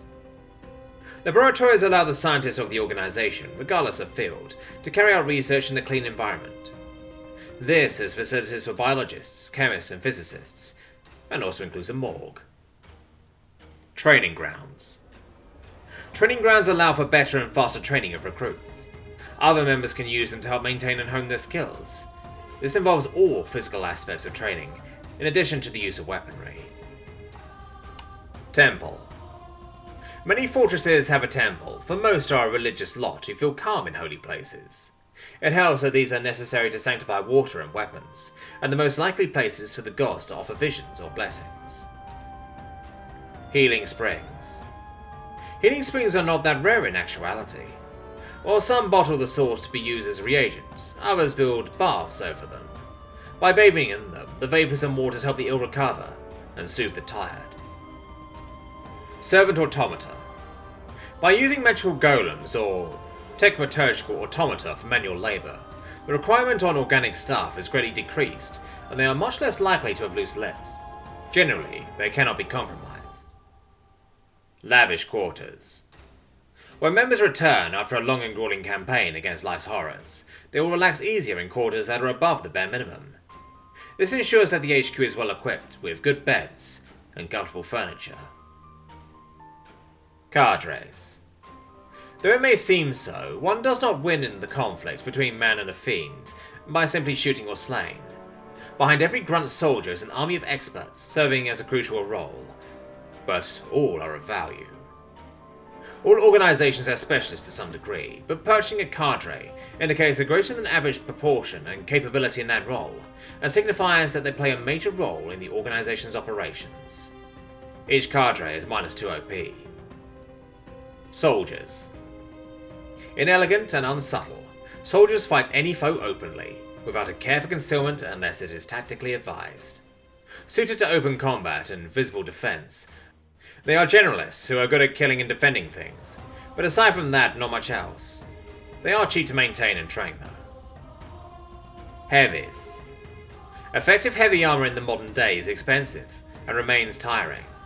Still, certain groups maintain cadres of well-trained armoured individuals. Very unsubtle, they excel in taking punishment from magic bolt, claw or bullet, such that they can get an attack in, or help cover their allies' efforts. Anti-mages. With their access to arcane edges, killing a wary mage can be an issue. Consequently, there are anti-mage specialists trained to deal with them. These range from the subtle assassin type, to the fully armoured gnolls rushing them in a straight fight. Both types require exceptional training to remain effective. Scouts. It takes a certain type of person to lie still and prone in a bush for days. Scouts are a group's eyes and ears, staking out positions and stalking enemies without being seen in turn, or potentially infiltrating their positions. Most work in pairs and are exceptional snipers, in addition to being masters of stealth. Hunters. Certain individuals devote themselves purely to the hunting and killing of fiends, equipping and preparing themselves for them, at the expense of other foes. Extraordinarily potent and very individualistic, they are prone to feeling that the ends justify the means, no matter how horrible that is. Mages. If there is one thing closest to a man-made miracle, mage's magic might very well be it. Covering both users of battlefield magic and magical theory experts, these are massive force multipliers in the fight against the dark, and the best equipped to understand the enemy's foul magics. But beware, should they fall. Shadows. Specializing in operating behind the scenes, shadows are dedicated to various criminal activities. Acting as spies, assassins and thieves, they excel at these fields over the average field hunter. In addition, they are employed as connections to the criminal underworld and as couriers. Investigators. With science progressing at such a rate, proper, rigorous investigation has become possible. Investigators are trained to canvass scenes and figure out culprits. They are also employed in interrogation and, due to their people skills and eyes for detail, occasionally as diplomats. Analysts. Serving both as processors of information and as administrators, analysts bring a mathematical aspect to humanity's struggle against fiends. Collecting all the available information, they are employed to predict movements, optimal strategies, and ways to improve efficiency. Smiths. At home in their forges, blacksmiths, weaponsmiths, gunsmiths, and smiths of all sorts are responsible for the production and maintenance of the organization's equipment. This also includes inventors who develop new items, prototyping new designs yet untried and untested. Engineers. Masters of steel and stone, engineers are responsible for the construction and maintenance of larger structures. Usually, this covers the HQ and bases, but for more overt organizations, engineers are usually those responsible for the handling of artillery, crude weapons, and explosives in the field. Scientists. Variably sane, but all with an undoubted desire to further the progress of science. These are biologists, chemists, physicists, and medical scientists, all bring their particular fields of expertise to the table. They can be enlisted to provide scientific research or scientific analysis, as is necessary. Academics. Historians, linguists, mathematicians, occultists, these academics may generally lack in fighting ability, but are necessary to fight the field on more than the surface level. While more humanities-minded ones can provide general research, mathematicians can work on codes. Surgeons. Practicing their art with ether, laudanum, and copious quantities of alcohol, the world's sawbones are far faster and common than healers, and sometimes pull off medical miracles healers would think impossible. Be thankful they at least agree to clean their tools and hands, especially when examining bodies. Healers. Healers call upon the gods or magic to close wounds, heal disease, and purify the cursed. But they are few, expensive, and always targeted by their enemies, not to mention that healing is a tiring act, and not always fast acting. Some of these are capable of serving in the field, supporting others as evokers. Technology. This is the age of the Industrial Revolution, where every passing year inventors offer new wonders, mundane, magical, techmaturgical. Some are follies, useless in their entirety. Others are potent tools that may be critical to future success in the war against the Fiend. Determine technology levels for the organization. Can choose one, both, or no upgrades. Melee weaponry. Getting in close with the enemy is often not ideal, but many Fiends have enough armor or speed that it is the only way. Basic, free. Basic forged steel weaponry from swords to spears. Reliable tools that have been used for generations. Homogeneous metals, -1 OP. Homogeneous metals offer consistent quality, improved sharpness, and greater service life. Alchemical metals, -2 OP.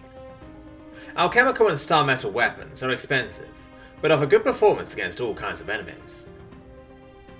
Ranged weaponry. Ranged weapons offer a greater rate of fire compared to firearms, and lack the noise or smoke they cause. Basic, free. Bows and crossbows of all shapes and sizes, prioritizing either rate of fire or sheer stopping power. Enchanted crossbows, -1 OP. Repeater and pistol-sized crossbows can be made to lose little of their potency, with larger magazines than firearms. Modern composites, -2 OP. Modern materials quieten and improve the effective draw weight of bows and crossbows, improving damage efficiency. Gunpowder weaponry. Requiring less training than other weapons, firearms make a ton of noise and smoke, and are slow to reload. Basic, free. Typical flintlock and percussion weapons, with basic breech-loading systems or revolvers. Repeating rifles, -2 OP. Repeating mechanisms and reliable magazines greatly improve rate of fire for rifles and shotguns. Smokeless powders, -2 OP. Smokeless powder greatly improves projectile velocity, removes most of the smoke, and enhances reliability. Specialist weaponry. Silver weapons and holy water are not very practical, but are necessary to effectively kill some fiends. Basic, free. Rudimentary silver cast bullets, plated knives, vials of holy water and carved stakes have been used for centuries. Plated weaponry, -1 OP. Gold and silver plated swords require more upkeep than non-plated weapons, but are far more feasible in a fight. FPM, -2 OP. Advancements in projectiles make precious metal jacketed rounds feasible, offering increased damage and reliability. Utility weaponry. On the off chance that a target needs to be disabled, not killed, the current technology does not offer much to help. Basic, free. Concentrated pepper sprays and cruise smoke bombs of varying efficacy are common but unreliable. Non-lethal chemicals, -1 OP. Chemists have synthesized advanced lachrometers, while engineers now offer reliable gas and stun grenades. Electrical rifles, -2 OP. Questionably sane engineers have whipped up some magic technical electrocution rifle to incapacitate foes. Magic. Magic has been used for every capability, from damage and healing to a source of energy or enhancing items. Basic, free. Magic use is restricted to the regulated schools of magic, and basic magical and techmaturgical applications. Techmaturgical enhancements, -1 OP. Combining mundane mechanics and magic, techmaturgy could potentially greatly increase items' capabilities. Technique improvements, -2 OP. Breakthroughs in understanding of magical theory improve casting rate without impacting mana depletion. Light armor. Many hunters eschew armor altogether in favour of cloth and leather, but these provide very little protection. Basic, free. Padded jackets with tightly sewn layers of silk offer protection against cuts and some thrusts, but not projectiles. Synthetic aramids, -1 OP. Chemists have discovered new textiles which, if woven sufficiently tighter, offer bulletproofing against pistols. Ether Silk, -2 OP. Ether Silk has the texture, weight and thickness of ordinary silk, but is enhanced to offer protection like mail. Heavy Armor. With guns only able to be stopped by the most expensive enchanted suits, use of heavy armor today is rare. Basic, free. Mass-produced munitions, steel cuirasses and helmets, offering protection against fragments and melee, but not guns.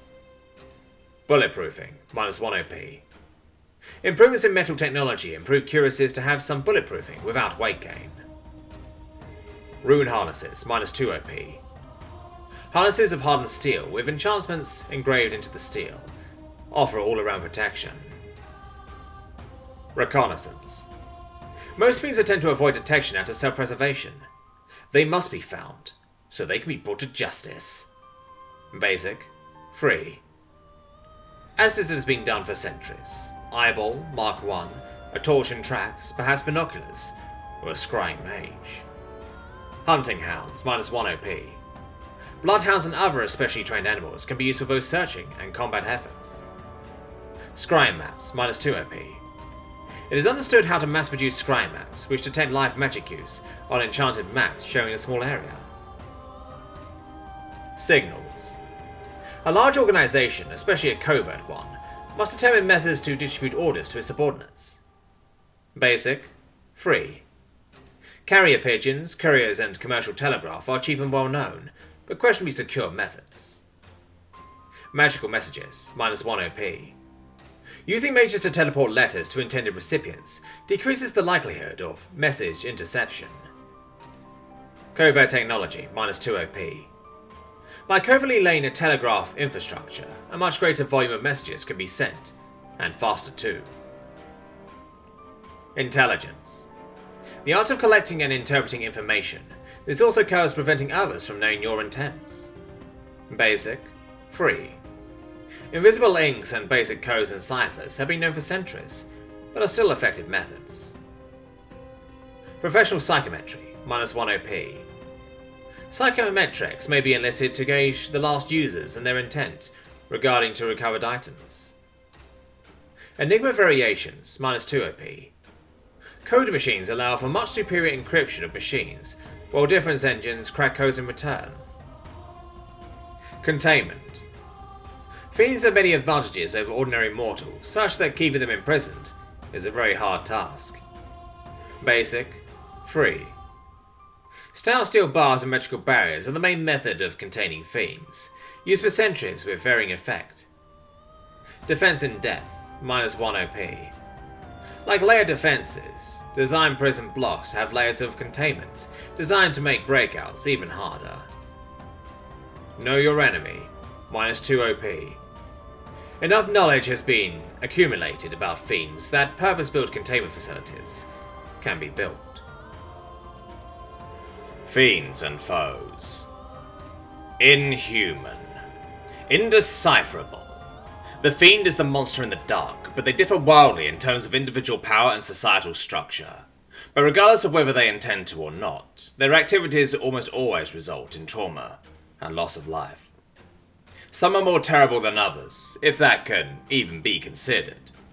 Then there are those who willingly consort with them, and the non-humans watching from the sidelines. Fiends with known weaknesses are marked with an asterisk, are believed to be only killable with a weakness. Stances and lore. Stance. Stance is the organization's basic attitude and priority towards a particular group. There are 4 levels. Level 1 represents utmost aggression, to the point of being detrimental. In most instances it represents a blood feud type situation, where there are reprisals on both sides and seriously takes up the organization's attention. Level 2 represents heightened but reasoned aggression. Fiends with this stance receive priority in being combated. While not at the expense of the whole war effort, this limits the organization's flexibility. It is the default stance for some fiends. Level 3 typically represents a more cautious, defensive stance, but can also represent largely ignoring the fiend in order to shift priorities elsewhere. It is the default stance for most fiends. Level 4 represents the most sympathetic stance.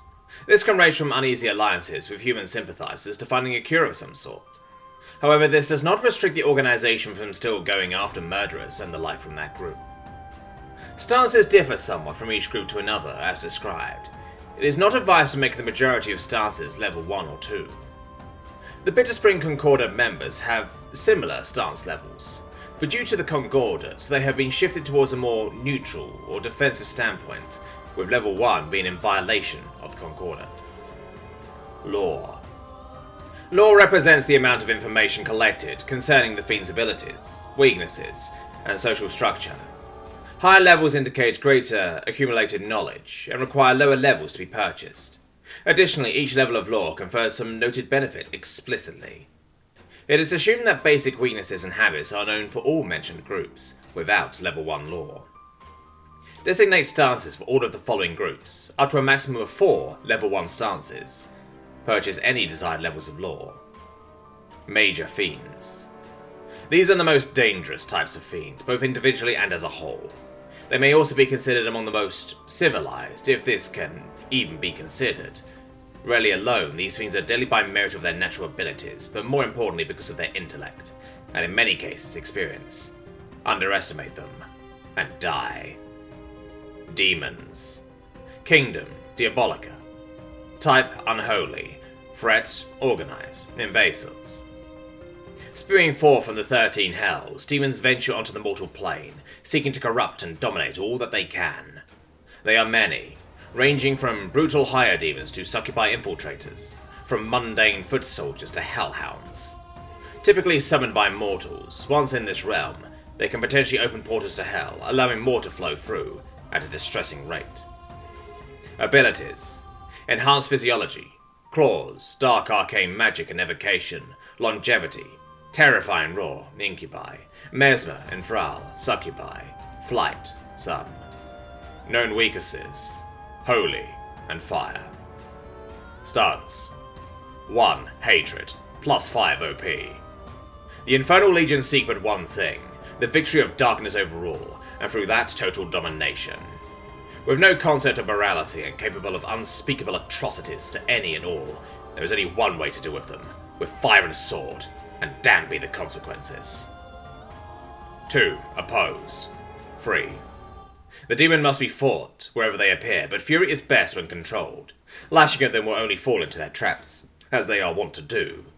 This weaker posture against the demon will our ability to resist their mental attacks, but instead offer far greater flexibility. 3. Caution. 3. Yes, the demon has to be fought, but it would be best to not rush into battle and instead conserve resources, as these are highly dangerous opponents even when alone. That said, this stance will draw ire from others, and could result in the demons operating without hindrance for longer. 4. Truce. There can be no truce with the demon. Lore. Demon Lore 1, minus 1 OP. Demon's vulnerability to holy items and attacks is quite well known. However, what is less understood are the individual weaknesses of certain types of demon, and in identifying them. This will improve the ability to defeat demons with only minor use of specialist equipment or attacks, though it will never be easy. Demon Lore 2, minus 1 OP.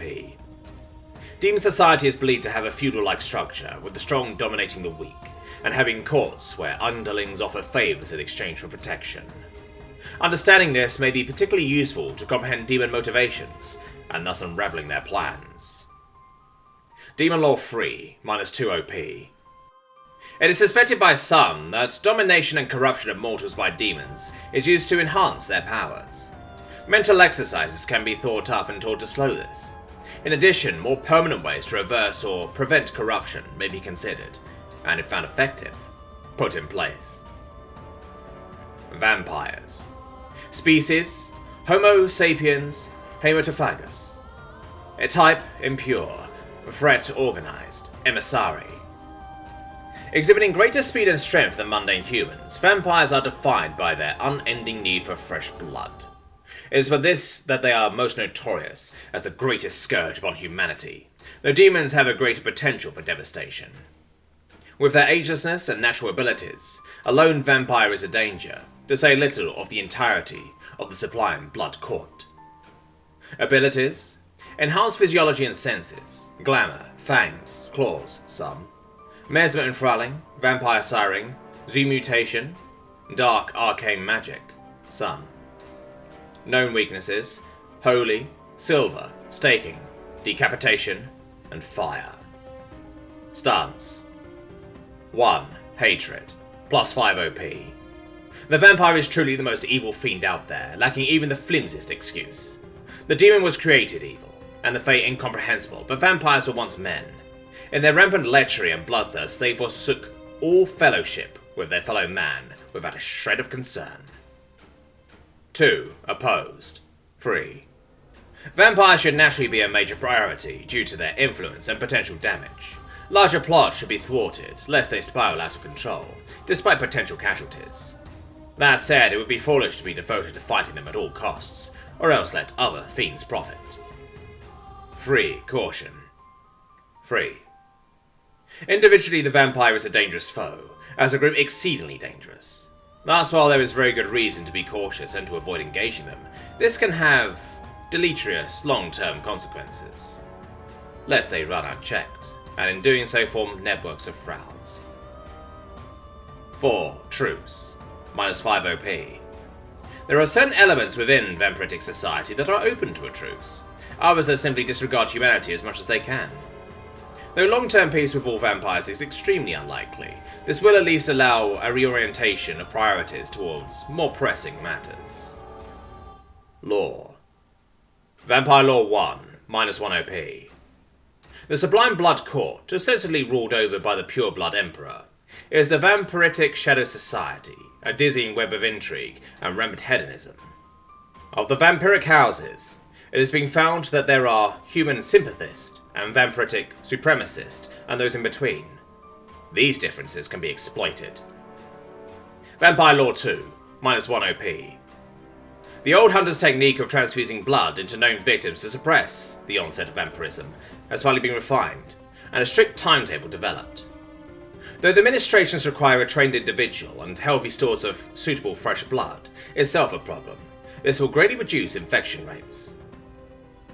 Vampire Lore 3, -2 OP.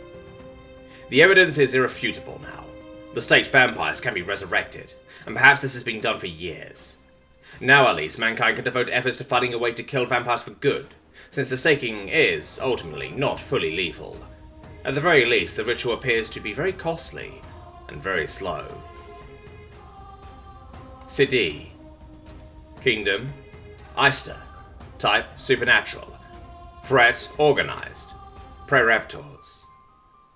Ambiguous, mysterious, and uncanny, the Siddhi, or Fae, were once the greatest threat to humanity until 300 years ago, when Saint Rosalia led a crusade to burn them out of the woods they had occupied. Known primarily for inserting changelings into society with the intent to cause chaos, they are shapeshifters and nefarious tricksters. On occasion, they are responsible for random spasms of violence. Abilities: shapeshifting, glamour, cursing, longevity, flight, some, dark arcane magic, and contract binding. Known weaknesses: ferrous metals. Stance: 1. Hatred, +5 OP. All of the objectives of mankind's foes are known, but not the Siddhis. They come in silence or in surges, leaving false children and bloodshed in their wake. In that, there is little so terrifying or perilous as the Fae, for they treat us like playthings to be discarded when done. They are anathema to us. 2. Opposed, +3 OP. The Siddhi are a vicious force when they feel themselves wronged, and generally malevolent. The issue is that their motives are largely indecipherable, such that preventing attacks is extremely difficult. So a proactive stance is necessary, but not a mad one, to inflict damage upon them. 3. Caution. 3.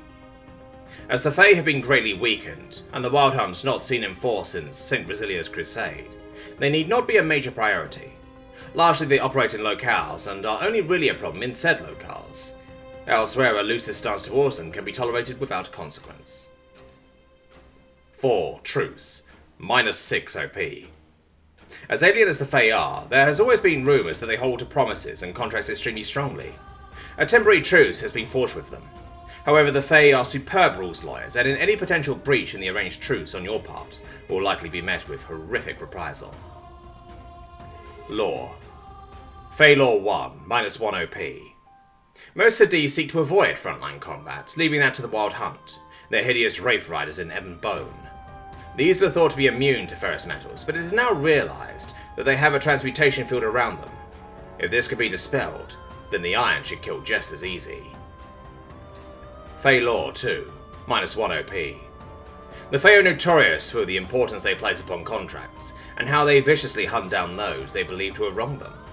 Study of these contracts may help in finding loopholes in their thinking, or at the very least assist in educating agents to not get caught up in them. Fey Lore 3, -2 OP. It appears that as a consequence of their patron-based society, killing a high-ranking Fey patron will greatly hinder or outright kill some of their clients. This could be of great potential use in fighting the Fey, for whenever a patron is offended, their clients always accompany them. Werewolves. Species: Homo sapiens lycanthropus. Type: impure. Threat: semi-organized. Emissary: insani. Nobody really knows from where or how the Lycan curse arose, not even the elves or merfolk, or so they allege. Yet what is known is that those afflicted have no choice but to shed their humanity before the moon, and leave only a brutal rabid animal. Known predominantly for random acts of violence, the modern werewolf is either a hereditary carrier, or rarely someone newly infected. Abilities, as Lycan: enhanced physiology and senses, claws and fangs, natural hunters, involuntary shapeshifting. Known weaknesses: silver and dismemberment. Stance: 1. Hatred. The werewolf is man's sin to himself, the bestial primacy of humanity rendered flesh. They are failures as both man and beast, and so must be put down like the rabid dogs that they are, for they refuse to be muzzled or to muzzle themselves. Lest the curse corrupt more, the Lycan must die. 2. Opposed, +3 OP. By merit of their population and the casualties and damage they cause, the werewolves are an enemy to be dealt with. They may argue that they want peace but not wolf, but the aggrieved deserve justice, and while they refuse imprisonment, no nation will ever recognize the Lycan. 3. Caution. Free. Werewolf society attempts to police itself with varying degrees of success. That alone makes them stand out from other fiends, so their rages are responsible for significant casualties. There are more intentionally malign enemies out there than this cursed lot. 4. Truce. -4 OP. Werewolves by and large, at least, they have the decency to not prey on humans intentionally, for the most part. While their elders can be reasoned with, and they keep their own in check, a truce with the Lycan would not be so bad after all. They do fight other fiends too, but only when pressed. Lore. Werewolf Lore 1, -1 OP. Observation of blood-drinking hunters who are suspected to be werewolves suggests that for some, lycanthropy slows blood addiction and madness. It is theorized that this same strain of lycanthropy may either confer immunity to vampirism or results in a quick death for the host, but this is unproven. Werewolf Lore 2, -1 OP. It is now established that there are two different strains of lycanthropy: a blood-transmitted semi-magical pathogen and a magic curse, with the former the prevalent. With further research and some experimentation, some way of conferring temporary immunity to operatives may be in reach. Werewolf Lore 3, -3 OP. Werewolf experts have determined that, though a cure is not yet in reach, a drug to stabilize the condition and prevent uncontrolled transformations may be feasible. It must be produced first, to say nothing of its efficacy, and its administration will most likely be difficult. Minor Fiends. Minor only by merit of being fewer in number and far less coordinated than major fiends, minor fiends are still foes that are not to be underestimated. While major fiends might have groups of fellow fiends and human underlings, minor fiends are typically more insular, and consequently, more likely to react with sheer violence towards any would-be interloper. The Restless Dead. Species: various. Type: undead. Threat: semi-organized. Insani: emissary. Before cremation became near ubiquitous, burial was the norm. This turned out to be a fatal mistake. Now that the disturbed spectres of the dead seek peace again, but lash out against any who would approach. From ghostly apparitions to necromancer's skeletal frowls, to reanimated warriors in their burial plight and the mad reanimated, they are near impossible to reason with. Abilities: depends on the type of undead. Known weaknesses: Depends on the type of undead. Typically holy, fire, standard anti-human efforts. Stance 1. Hatred. -4 OP. They were fathers once, mothers and siblings long past. What remains are less than spectres, nightmares that pollute man's most cherished, life and memory. For all our ancestors ever did for us, for all the love we gave them and they us, these apparitions must not be allowed to pervert their memories. 2. Opposed. +2 OP. The problem with the undead is that without any control, the majority are both already dead and mad. Thus they have little to no degree of self-preservation. This, quixotically, makes them more likely to cause untold damage. They must be treated like rabid animals, and put down as such. 3. Caution. Free. The undead are naturally a problem, as they have the potential to inflict great damage. But the majority limit themselves unless they are under a command of a nefarious force, such as a necromancer or malevolent spirit. These are a greater priority than the majority of them. 4. Truce. -4 OP. They were fathers once, mothers and siblings long past. Disturbed as they are, there is a fragment of them left in each ghoul, enough to be coaxed out. None wants to put down family or friend again. Perhaps the restless dead can be given peace again, and perhaps not by the sword. Lore. Undead Lore 1, -1 OP. Study of devastated resting places has indicated that while consecrated ground has largely prevented the dead from rising, most were disturbed in some way. There have also been suggestions that consecration is incomplete in some places, so the concentration of holy water has been increased. Undead Lore 2, -1 OP. Though it is common practice to just set the undead on fire, this can inadvertently end up with moving, angry, human-sized torches. It may seem little, but training hunters to dismember, then burn the undead, will make them much more effective in fighting them, though they will be unhappy with it. Undead Lore 3, -2 OP. Understanding of the spirits of the undead has reached the point that agents can be trained in how to best not to offend or agitate communicable disturbed dead. This will greatly ease efforts in encouraging them to pass over without violence, or potentially open up a route for future dialogue. Wendigo. Species: Gigantopithecus cruentus. Type: supernatural. Threat: non-organized. Atrocities. It is said that cannibals become Wendigo through the dark jests of the dark gods. Nobody is insane enough to verify this theory. Retaining their murderous hunger, Wendigo grow with age, and the more they consume. Violently unchained monsters, Wendigo populations have historically been kept in check by them killing each other inexplicably, but have turned their empty eyes more towards man once again. Abilities: enhanced physiology and senses, claws and fangs, vocal mimicry, maddening scream, stealth, natural hunters, longevity. Known weaknesses: fire, silver, magic and holy, deterrent only. Stance: hatred, +4 OP. Wendigo are beasts of incalculable evil. Cannibalism aside, everything about them, from their appearance to their terrifying screams, is wrong. In their hunger for human flesh, they not only show massive brutality against anything before them, yet also a disturbing sadism. 2. Opposed, +2 OP. Were Wendigo more common and not restricted to cold climes, they would be a top priority threat, but they are not, and are individualistic. Though they should be fought and killed whenever possible, it would be foolish to become fixated on a fiend with an intellect that its appearance belies. 3. Caution. Free. Wendigo are exceedingly difficult to put down with their regenerative powers and massive might. Thankfully, they have a tendency to go into hibernation and have short feeding frenzies, limiting the need to go after them all the time. But should they appear, they must be put down. 4. Ignore, +1 OP. Nobody has ever managed to establish a truce with Wendigo, due to their barbarism and appetite for human flesh. That said, they are typically localized enough that they can be ignored so that more pressing and widespread matters can be dealt with beforehand. But this is a dangerous tactic. Lore. Wendigo Lore 1, -1 OP. What has been long feared and rumoured has finally been conclusively proven. Wendigo, if killed improperly, are merely slain in body. Their spirits can survive to occupy another host, explaining how new outbreaks can be so deadly as experiences retained. Now at least, people can try to find a way to stop it. Wendigo Lore 2, -1 OP. As their maddening shrieks are but one reason why the Wendigo is so terrifying, research has unearthed new methods to counteract this. Consistent chanting, especially religious incantations, can cancel this out. Engineers have also designed large and heavy sound makers to cancel out the relevant frequencies. Wendigo Lore 3, -2 OP.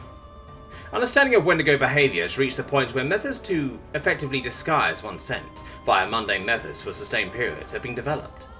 Also, it is now understood how to conclusively and permanently kill a Wendigo spirit to prevent its migration to others. Other Fiends. Species, various. Type, various. Threat, non-organized. Atrocities, Isani. There are other Fiends out there, less populous but as nefarious and brutal as the rest, and equally foes to the survival of civilization. Abilities, depends upon species. Known weaknesses, depends upon species, typically silver, fire, and holy. Lore. General Lore 1, -1 OP. After research and knowledge gathering, a good general level of lore has been accumulated about Fiends that are prevalent in the organization's homeland. This involves most weaknesses, most abilities, and their preferred prey and hunting patterns. Any other information of note is included. General Lore 2, -1 OP. Knowledge of other Fiends is going to encompass the detailed physiology and reproductive patterns of those present in the organization's homeland. Knowledge of the basic phenotypes, traits, abilities, and hunting patterns of Fiends in neighbouring countries has also been obtained. General Lore 3, -2 OP. Information about all recorded Fiends has found its way to the organisation. Not all of these are described in as much detail as others, some only being a brief description and a name. However, this will assist future efforts to research these Fiends, especially through divination. Mrfaye. The Treaty of Elise, signed by all non-pariah nations, forbids necromancy, consort with the dark gods, and illegal magic use on pain of death. There are still practitioners of these forbidden arts, and they have more common than Fiends, for hubris is infinite.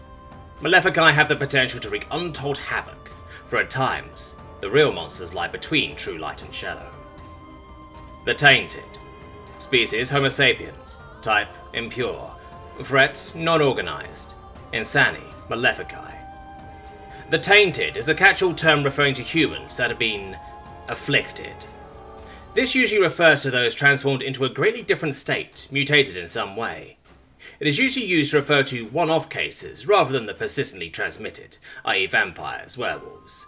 The majority of these individuals have gone insane in one way or another, whether they were like that beforehand or not.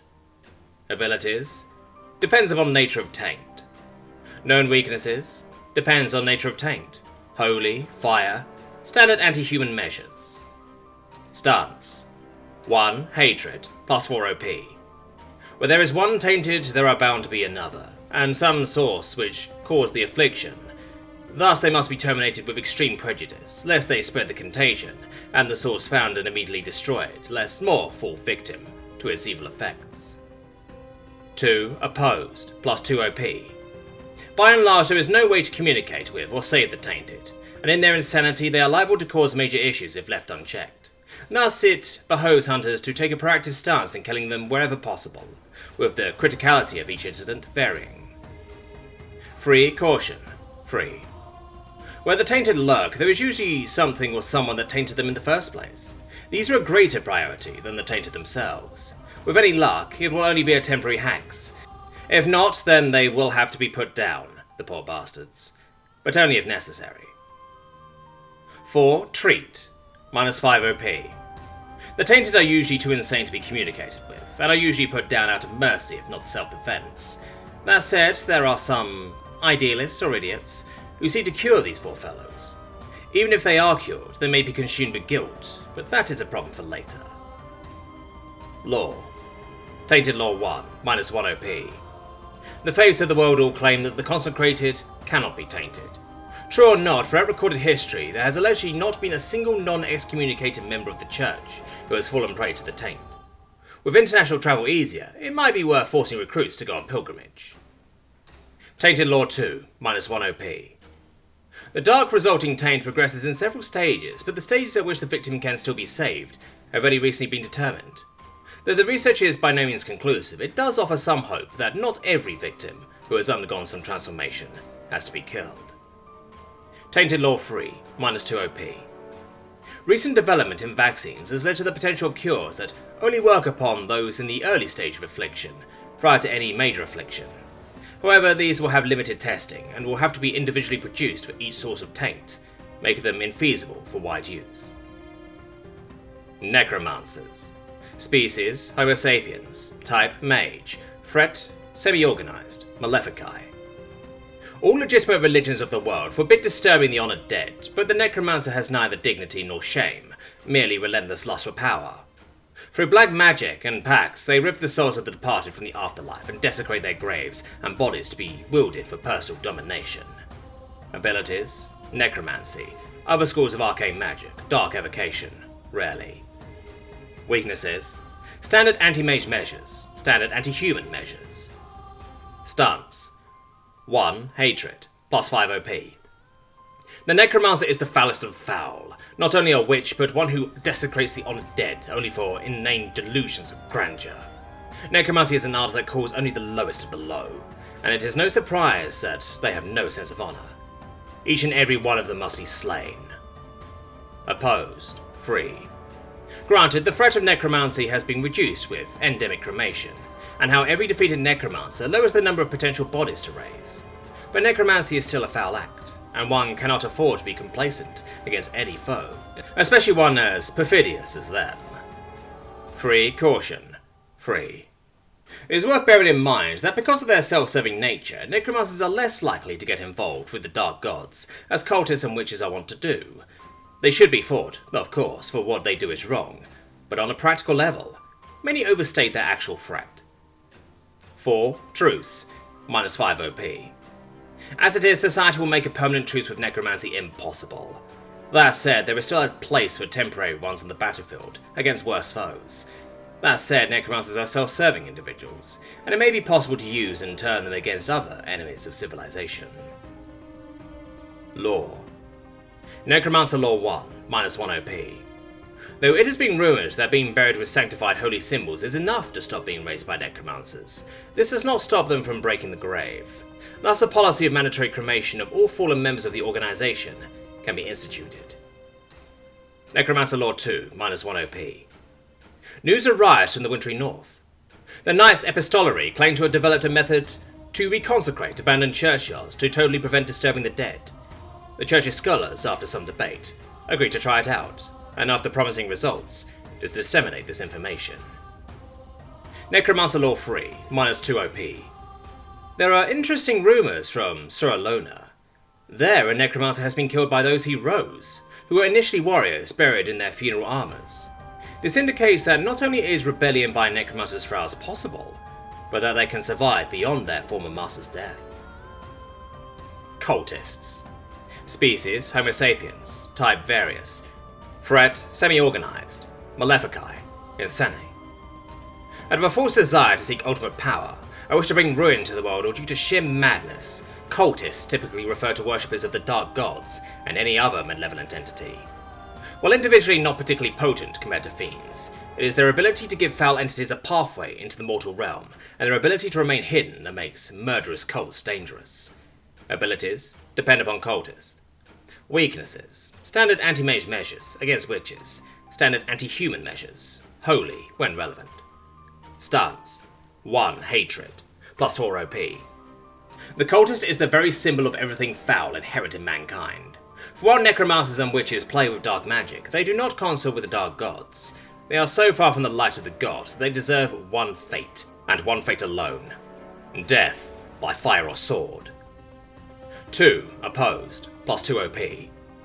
The amount of devastation cults can potentially cause makes them enough of a threat, despite their low probability of success.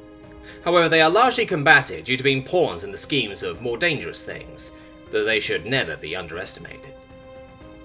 Free caution. Free. The majority of cults are reprehensible entities full of insane idiots. Fortunately, they are full of insane idiots which are more likely to kill each other for no effect than to summon a greater demon.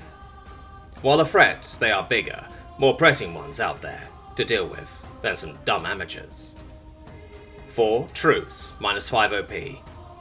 Consorting with cults is liable to end up marked as being heretical. That said, there are some cults which are not as extreme as others, and agreement about the exchange of information can be potentially obtained on the understanding that hostilities can be easily restarted. Lore. Cultist Lore 1, -1 OP. Though the ambitions of each cult varies, most have performed similar rituals or have similar practices. By collecting these and determining a common thread, the organization's members in the field will have a better time at disturbing their activities without having to wait for information or backup. Cultist Lore 2, -1 OP. There is a consistent pattern of locations which cultists of all sorts appear to gravitate to. Some of these are to be expected, but others completely random places.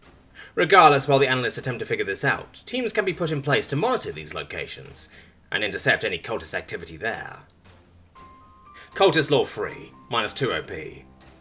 The majority of cults are very small and do nothing significant until the act that puts them in the semi-public eye. Scrying and divination are the most crucial tools in combating them, and consistent patterns from those have been linked to cults, so that recognizing potential cult threats is easier. Witches. Species, Homo sapiens. Type, mage. Threat, semi-organized. Mrfaye, emissary. The Treaty of Elise simply refers to rogue mages as just that, but many call them witches, regardless of gender.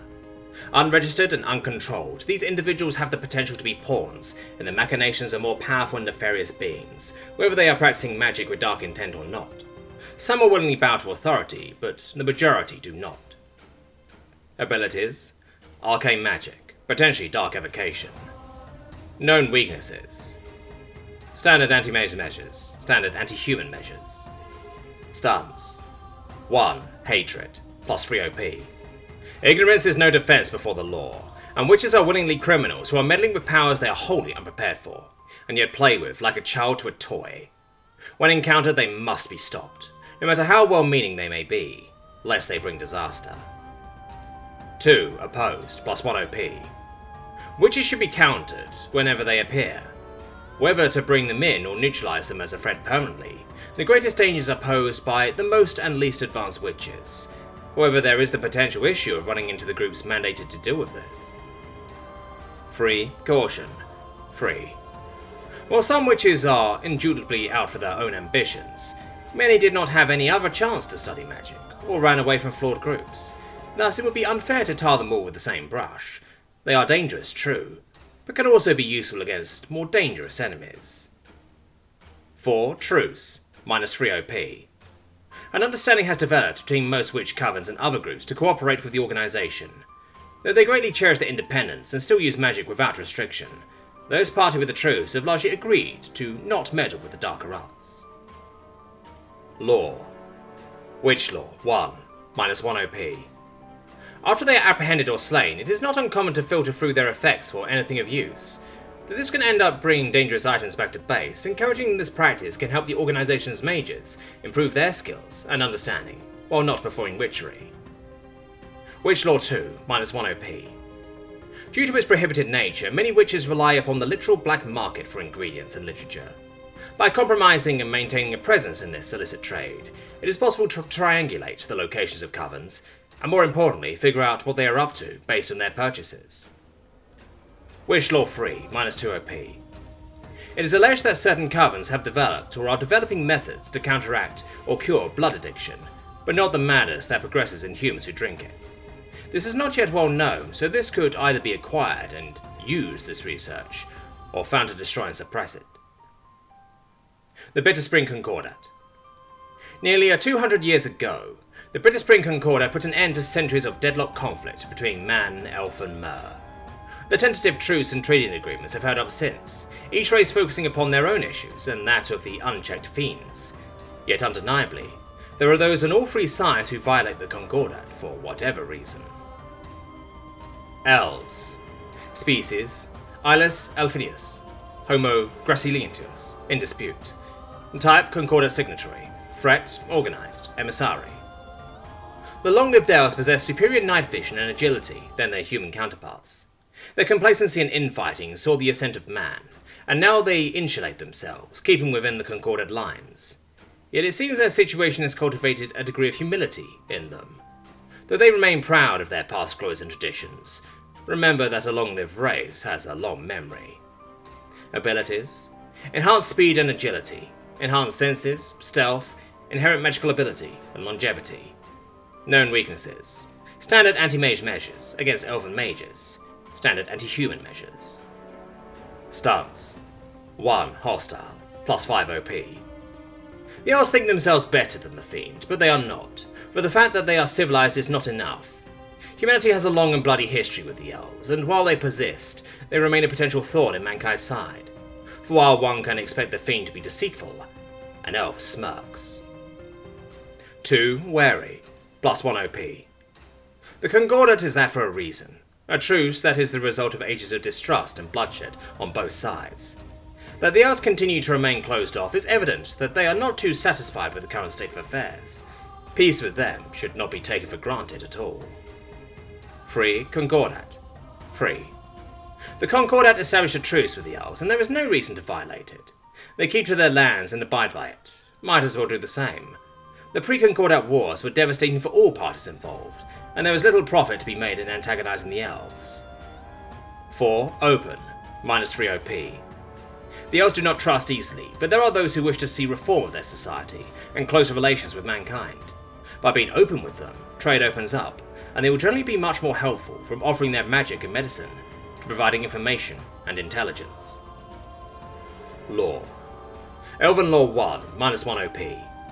The High Elven and Wood-speak tongues are not well known in human lands. However, linguists favourable to your organisation have provided you with texts on these languages, both spoken and written. This will assist in communication, espionage, and interpretation of Elven messages. Elven Lore 2, minus 1 OP. The elves are known to be masters of magic, and the metals have been the envy of the rest of the world. Metallurgists have managed to crack some of these, so the elven processes are not suitable for mass production. Thus, the modern steel-making methods will still be used for most items. Elven Lore 3, minus 2 OP. After decades of research and constantly disputed sightings, there is now indisputable evidence that the elves are, and perhaps always, have been at war with the Sadi, and this is a great source of grief and embarrassment for them. This may be used to obtain a closer relationship with them, or just get aid.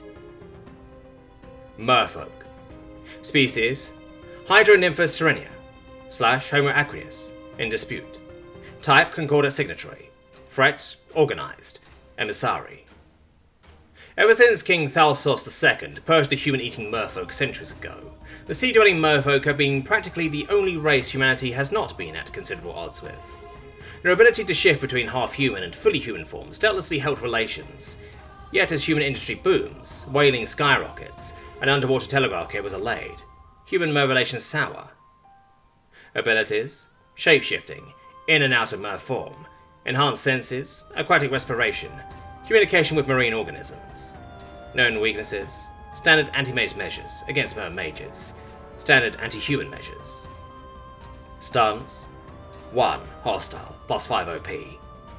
The merfolk are a menace in disguise, ever complaining about mankind's newfound dominance of the seas. Their leaders smile and pretend they want peace, but turn a blind eye to violations of the laws of the sea set out at Bitterspring. They are perfidious, and there can only be one Sea Lord: mankind. 2 wary, plus 1 OP. The elves keep to their forests as set out by Bitterspring, but the mer continue to consider every body of water theirs by right. This is disconcerting, as humanity increasingly relies on the waters for commerce and communication. Watch the mer, lest they do something unpredicted. 3 Concordat. Free. Though mer compliance with the Concordat is in question with ever-increasing human exploitation of the seas, in general they abide by its terms, as do human states. As sea transport is such a vital part of travel, breaking the Concordat would be disadvantageous. 4 Open, minus 3 OP.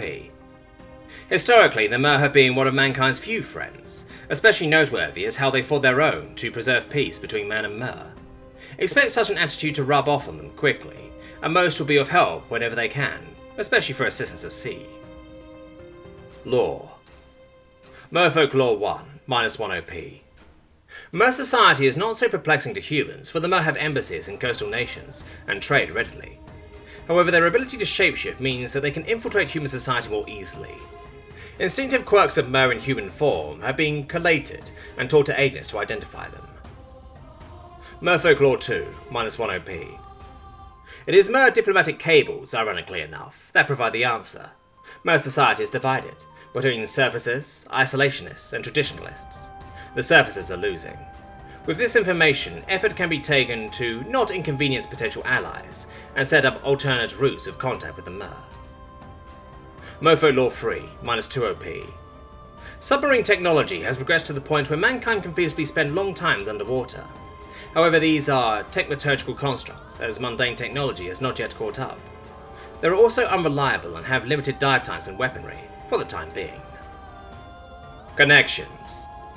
Though there are plenty of lone fiend hunters, they will never achieve as much as others when their efforts are combined.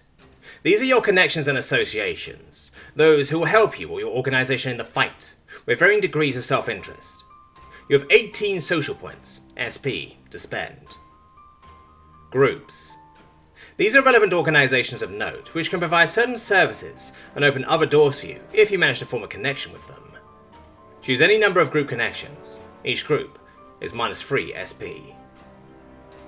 Grand Isatane Exchange in Orens. Orens of Ordonnay is not only the world's largest insurer, though that is very useful. Initially specialising as a mercantile insurance firm, its underwriters have many connections within the Grand Isatane Exchange, giving you access to mercantile intelligence and funding opportunities. Imperial Academy of Severod.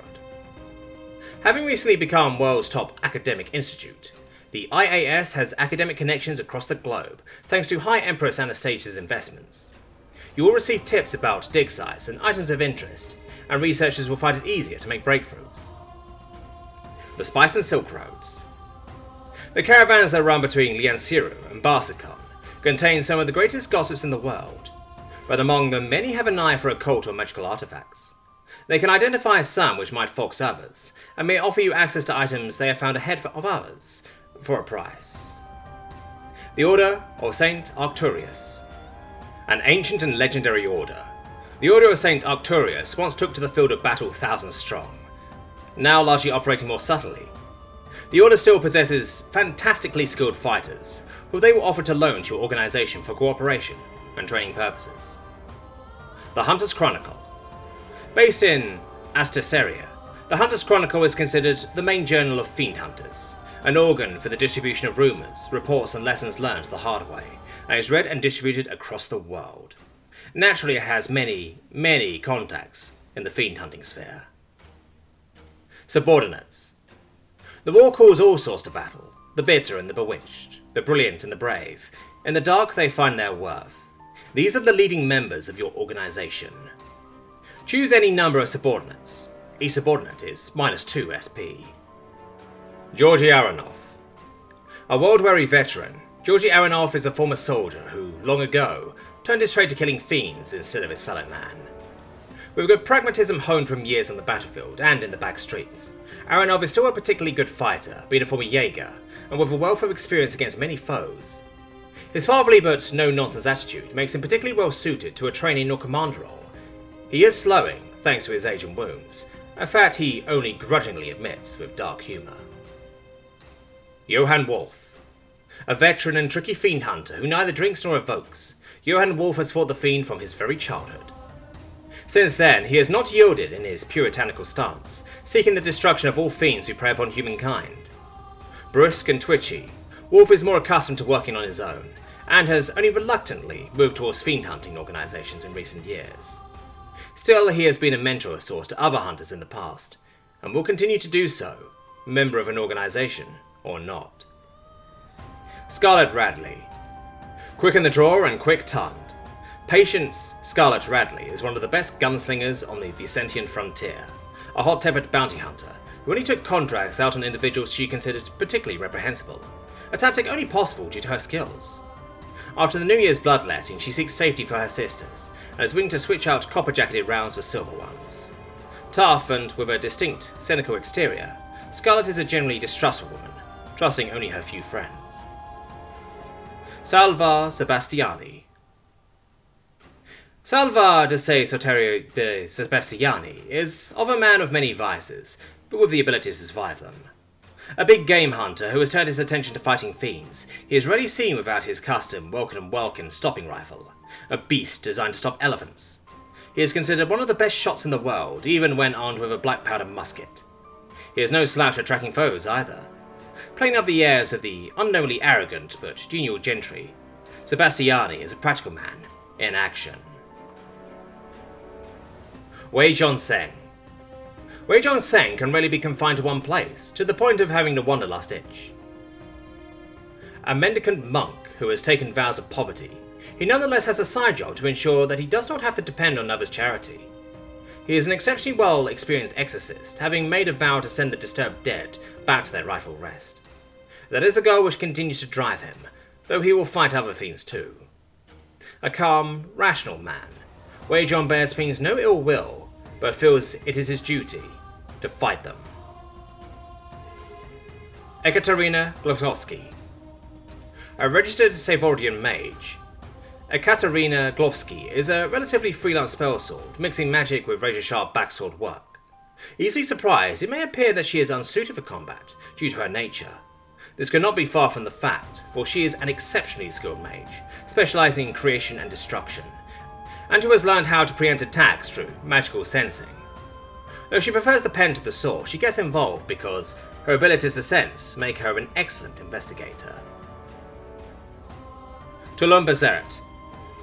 Tulumba Zeret is recognised around the world as a master artisan in enchanting and, to a lesser extent, technoturgy.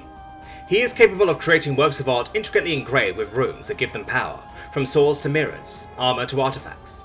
A genial, welcoming man with a strong respect towards hospitality, Tulum is not exactly well prepared for a life as a fiend hunter, and thus largely offers his skills as an engineer and artificer, as he has zero experience in the actual job in the field, and will suffer there.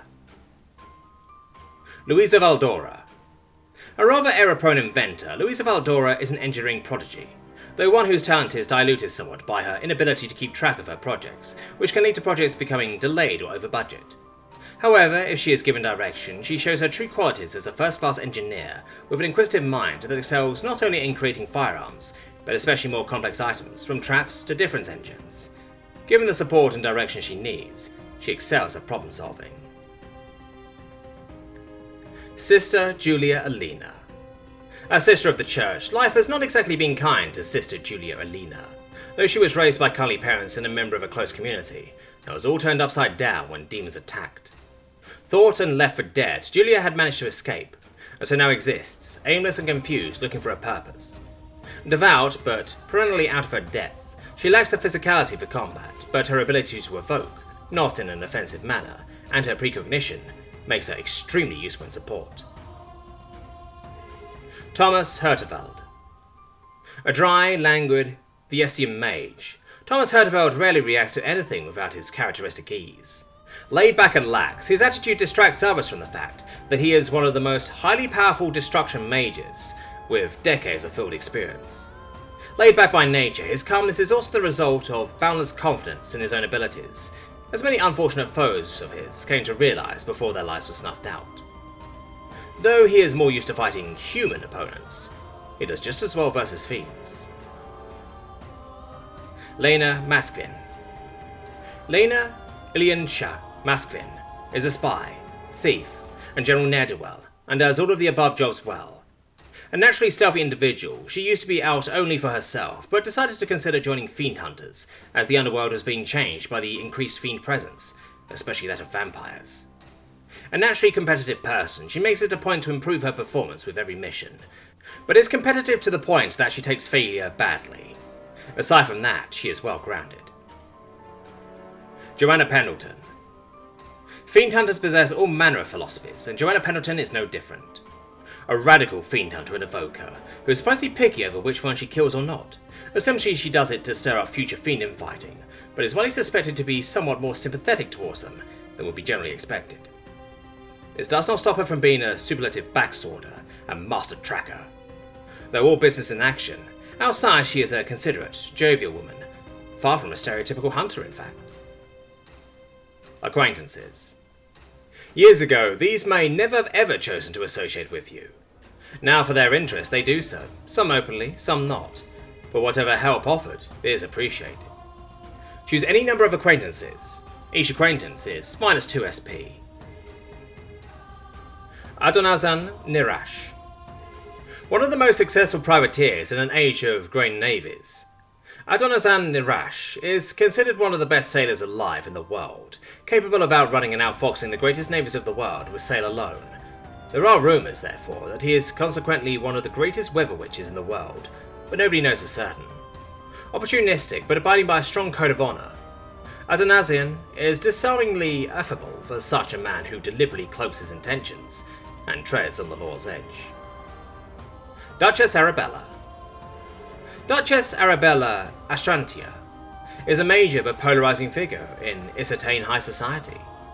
An alluring socialite with a wide net of followers, few would actually believe the rumours that say she is a master of magical theory.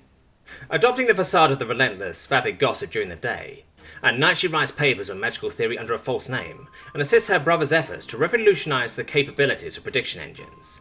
Obsessed with etiquette, yet also fond of testing its limits, Arabella is conflicted over her place in society. Black Rose. Flattering, ambiguous, graceful, beautiful, enticing, deadly. The woman known only as Black Rose goes for identities like a drunk through bottles, but she is not only an entertainer but also an assassin and spy, one who has taken great care to keep her true identity secret. Extremely lucky, unnaturally so, she has one of the highest success rates and has fended off many attempts to take her down. A dangerous woman to be sure, and one not to be trusted, but definitely to be respected. Cordit Castrillon. Coronel Intendant Vicente Perina il Castrillon is a notorious senior officer of the Restari Interagency. Known primarily as a peerless detective, his reputation in the underworld is that of a brutal thug when it comes to interrogating suspects. But despite the morality of his efforts, he is undeniably an effective individual at his task, and since becoming Coronel Intendant, has overhauled the Restari police under his command. Humorless and efficient, Castrillon is a rising star, and a keystone of Raistrani anti-fiend efforts. Catalina de Cervante. Lady Catalina del Torva de Cervante is the Lady Grandmaster of the Order of St. Annabel, a Restari knightly order that prioritizes providing for and protecting the weak and deprived. Despite that, she and the knights and dames which follow her are as good fighters as the member of any other knightly order around, an ancient order that rightly counts itself among Raistra's best. A polite, proper woman, Lady de Cervante carries herself with the airs of a noble, with all the noblesse obliged with that entails. Dr. Indira Inaria. A linguist, archaeologist, and scholar, Dr. Indra Inaria is respected worldwide as an excellent scholar and as the current head librarian of the Exalted Library. Known primarily for her skill as a prestigious linguist, she deciphered 2 ancient scripts whilst only a child. It is no surprise then that she is often called upon by those seeking help in deciphering material related to the occult to fight the fiend, a task she belatedly does. An extremely strong-willed woman, she has to remain sane, but despite that, manages to remain amicable. Dr. Karl Strahlberg. Dr. Karl Jansen Strahlberg is considered a first-class scientist for his contributions in synthesis, a field where he is regarded as one of the very best. In that, he is often consulted for opinions in many fields for his expertise, which has always proved valuable. To a fiend hunter, Strahlberg's contribution could be the difference between a dodgy compound unable to neutralize a beast and a quick kill. A workaholic, Strahlberg insists on answering every query due to a compulsion to solve problems. Toshiro Natsusori. Large-scale mercenary work may be declining with the times, but Toshiro Natsudori's Blue Banner Company is one of the exceptions. Leader of one of the oldest, continuous mercenary groups, he and his men are not meant to fight fiends, but often end up putting security for one job or another, even as a force multiplier for certain fiend hunting groups too. Toshiro is one who only gives out respect when it is earned, and is honourable for a mercenary. That said, he is smart enough to get rid of any occult loot his men find. Exemplars. Can only be taken by organisations without a bane. Even the stars are brighter peers. These are the finest in their fields, diamonds among the jewels. Unpolished, though, for they do not offer their services to anyone. Brilliance has a price, and in these times, it can be a moral one. They have the opportunity to choose, unlike most. Exemplars can be designated as subordinates or acquaintances, but those marked with a caret can only be taken as acquaintances. Choose any number of exemplars. Each exemplar is -3 SP. Dr. Angela Mrfaye. Angela Mrfaye is a genius, simply put. A scientific prodigy, she became a renowned researcher at a very young age, a polymath in many fields, but specializing in medicine and biochemistry. She has even shown aptitude on the battlefield with some capacity for evocation, but prefers her laboratory. Committed to improving the world after experiencing a childhood in poverty, she is considered by many of her peers to be an idealist and too soft, but her smile hides a woman who never backs down. Sir Arthur Selverton. Lord Colonel Sir Arthur Selverton MP is considered one of the greatest soldiers of the age, a man who has shrugged off wounds that should have killed him and prevailed in situations considered hopeless. A brilliant strategist, tactician and fighter, Selverton made his name in the Windshield War as an interstate dragoon officer. Now, as an MP, he chairs the Incertain Defence Committee, a man of many titles. Ambitious, professional, but decently compassionate, he is still a lethal combatant as ever, but his blade is always his own. Dr. Helene White-Weiss. Professor Helene White-Weiss is a highly respected mage, extremely skilled in every school, and currently head of the magic faculty at the University of Venastia. Though her duties currently prevent her from being able to help out in the field, many of her students end up joining the fiend hunting business. A rigorous woman with an eye for detail, she manages to get the absolute most of her students. Indeed, it is not uncommon for practicing fiend hunting mages to wrestle over a ply to attend her courses, so good a teacher is she. Sir Reynold the Grey. Sir Reynold de Tshirt is a knight captain of the Paladin Order, a stolid, loyal, and stalwart guardian of the gods. Like his peers, he is a master in hand-to-hand combat, and can evoke with ease. But beneath the thrice-hardened armour lies a man in deep conflict. They call him the Grey for the ashes of the dead that used to sweep over him, but he is ashen-hearted for the family he left behind, not just those he has killed. A man of many regrets then, but still driven on by the light, by a glimmer of hope for a better future, and for salvation. Scoundrels. Can only be taken by organisations with a bane. Scum of the earth, or so society calls them. Criminals. But then, who better to fight the shadow than one who resides in it? Natural-born killers, home by the grindstone of the underworld. But beware, the man who has nothing to lose has no loyalty either. These may be taken as subordinates or acquaintances, whichever is preferred. Choose any number of scoundrels, each is -3 SP. Matthias Dragnier. Once one of the world's most respected vampire hunters, Matthias Dragnier is now persona non grata after he detonated a massive bomb to assist in killing a vampire lord, uncaring of its effects upon civilian casualties or property damage. After reprisals against his family by the vampire's family, he went rogue as he launched a one-man war. Now largely operating alone, he remains one of the most lethal men out there, a fiendishly cunning man, mechanical, death in battle. Dragnier is bitter and friendless, but grins as fiends die. Dr. Valentin Bletny. An international fugitive with his license revoked in no less than 3 nation-states, Dr. Valentin Valteric Blendy is without a doubt one of the greatest medics in the world, and one who cares little about international law or morality. Relentlessly committed to furthering the cause of science and his own ego, Bledney is a ferociously efficient medic, researcher and interrogator, one with very little qualms about anything at all. For Valentin Valterevich Bledney, there is no greater glory than to have your name echo throughout history. Narina Antika. Raised in the caravan clans that traverse Barsacon's interior, Narina Antika was secretly taught magic outside the system by Clan Sears. Now she is one of the most dangerous witches in the world, one who has consistently thwarted the efforts of the Barascon Zandarin to bring her in. Her sins are only that she is a known witch and in resisting arrest, but it is enough to have her marked for death. Consequently, Narina lives every day to its fullest, an unapologetic hedonist unwilling to settle down, fiery and proud. Saburo Katsura. Third and only surviving son of a noble Lian family, Saburo Katsura's life was torn apart when his family was torn apart by his father's mistress, who turned out to be a vampire. The power in her blood called to him, as he exacted his quest for vengeance, so he sought the blood of weaker vampires and drank greedily. Since then, he has taken his father's mistress's head and countless other vampires aside, but still drinks. He is the fastest sword in the Ancero, perhaps the world, but his eyes are hollow, and he waits for death. Missions. Human folly has dealt the cars they now play with, but it is human folly that continues to drive them. For a moment, international cooperation seemed likely before politics took over. Few like armed killers, assassins and spies, trapezing around their countries with abandon, it turns out. Thus, fiend hunting is restricted to an organization's homeland by international treaty, at least for the most part. The governments and organizations of the world feel otherwise. Humanity is at war, and since when has war ever obeyed national borders? They have learned their lesson, and for the larger jobs, pride is an easy price to pay. If none of the rewards are desired, +2 BP, +2 OP, or +2 SP can be taken. This can only be done twice in total.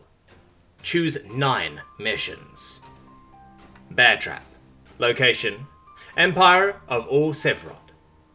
In an attempt to render Sephiroth defenseless, there has been a recent series of kidnappings of the relatives of Sephirotian nobles, dignitaries and scientists. While some have decided to do this for the purpose of obtaining ransoms, others have not. It is feared that they are to be sacrifices for some disgusting ritual, but its nature is unknown. Find the kidnapped, stop the ritual, and bring the bear's wrath to those who would harm its own. Reward: choose 1. Gain reward subordinate, the Boyar. Or, gain a free level 3 lore. You do not require the preceding levels, but they are also not included in this reward. City of Blood. Location: Ethanol, Isatane Union. A strange fog has coated the province of Illinois for a week. Before the lines were cut, hunters in the provincial capital of Sainsford reported vampiric and black magical activity. Your orders are to make it to Sainsford and link up with survivors. Afterwards, find out and defeat what caused this malady. The Royal Isatane army is available for backup, for should you fail, the gods may just level the entire city, if Isatane's guns do not. Reward: choose 1. If organization has no Banes, gain reward exemplar, Mariana de Adoren. Or, if organization has a Bane, gain reward scoundrel, Lothar Ekrenklich. Confutatus. Location: Vinastia, Ascertaining Foundation. The cemeteries of Vinastia are all triple consecrated, by a degree passed over 1,000 years ago. Yet the diviners speak of untold legions of undead that will soon flow through the streets of the Astacarian capital. Yet as the White Guards patrol in the dark, there is no evidence of physical desecration. The bedrock is white granite, and the diviners say the threat is not from below. There must be some hex, and specialists are needed to find the root. Reward: choose 1. Gain acquaintance, Lucretia Schleisinger, or gain both upgrades for 1 technology for free. Court of Mirrors. Location: Ordinay, Isatane Union. Long has it been known that fiends of all sorts prowl the streets of fair Ordinay, using the smog as a further hindrance to the efforts of the Isatane government to wipe them all out. After a series of failed attacks on the royal family and residents, it is clear this state of affairs cannot be allowed to stand. The fiends are in the palaces, the slums, the sewers. Root them out, and suffer them not to live. Reward: choose 1. If organization has no Banes, gain reward exemplar, HRH Victoria Eugenie. Or, gain reward acquaintance, Admiral Harrington. Synthania Cults. Location: Synthana, Exalted Barascon Empire. Shipping record analysis implies strongly that there is a major demonic worshipping cult in Synthana, close to the office of the Grand Vizier. A hellgate, no matter how small beneath the Barascon capital, would cause untold casualties, and shatter the world economy by closing the Emerald Straits. The hunters and government agencies of the world are converging even faster on the city of world's desire. Do not cause a diplomatic incident. Reward: choose 1. Game reward subordinate, Selim Yarden. Or, game reward group, the Assassin Order. Death in the Harem. Location: Hatranes, Exalted Barascon Empire. With the Exalted Court having decamped to the Barascon winter capital of Hatranes, long-held plans are put into motion. There are rumours of a potential coup against the Exalted Sultan by concubines, which, in their seclusion, have turned witch to achieve their own ambitions. This is a power play, nothing more. But in these dire times, a dynamic crisis in Vaurigaud is what nobody wants, not even the great powers that once wanted it humbled. Reward. Choose one. Gain reward acquaintance. Chief Consort Seria. Or, remove up to 2 background scars. Keep the points. Digging too deep. Location.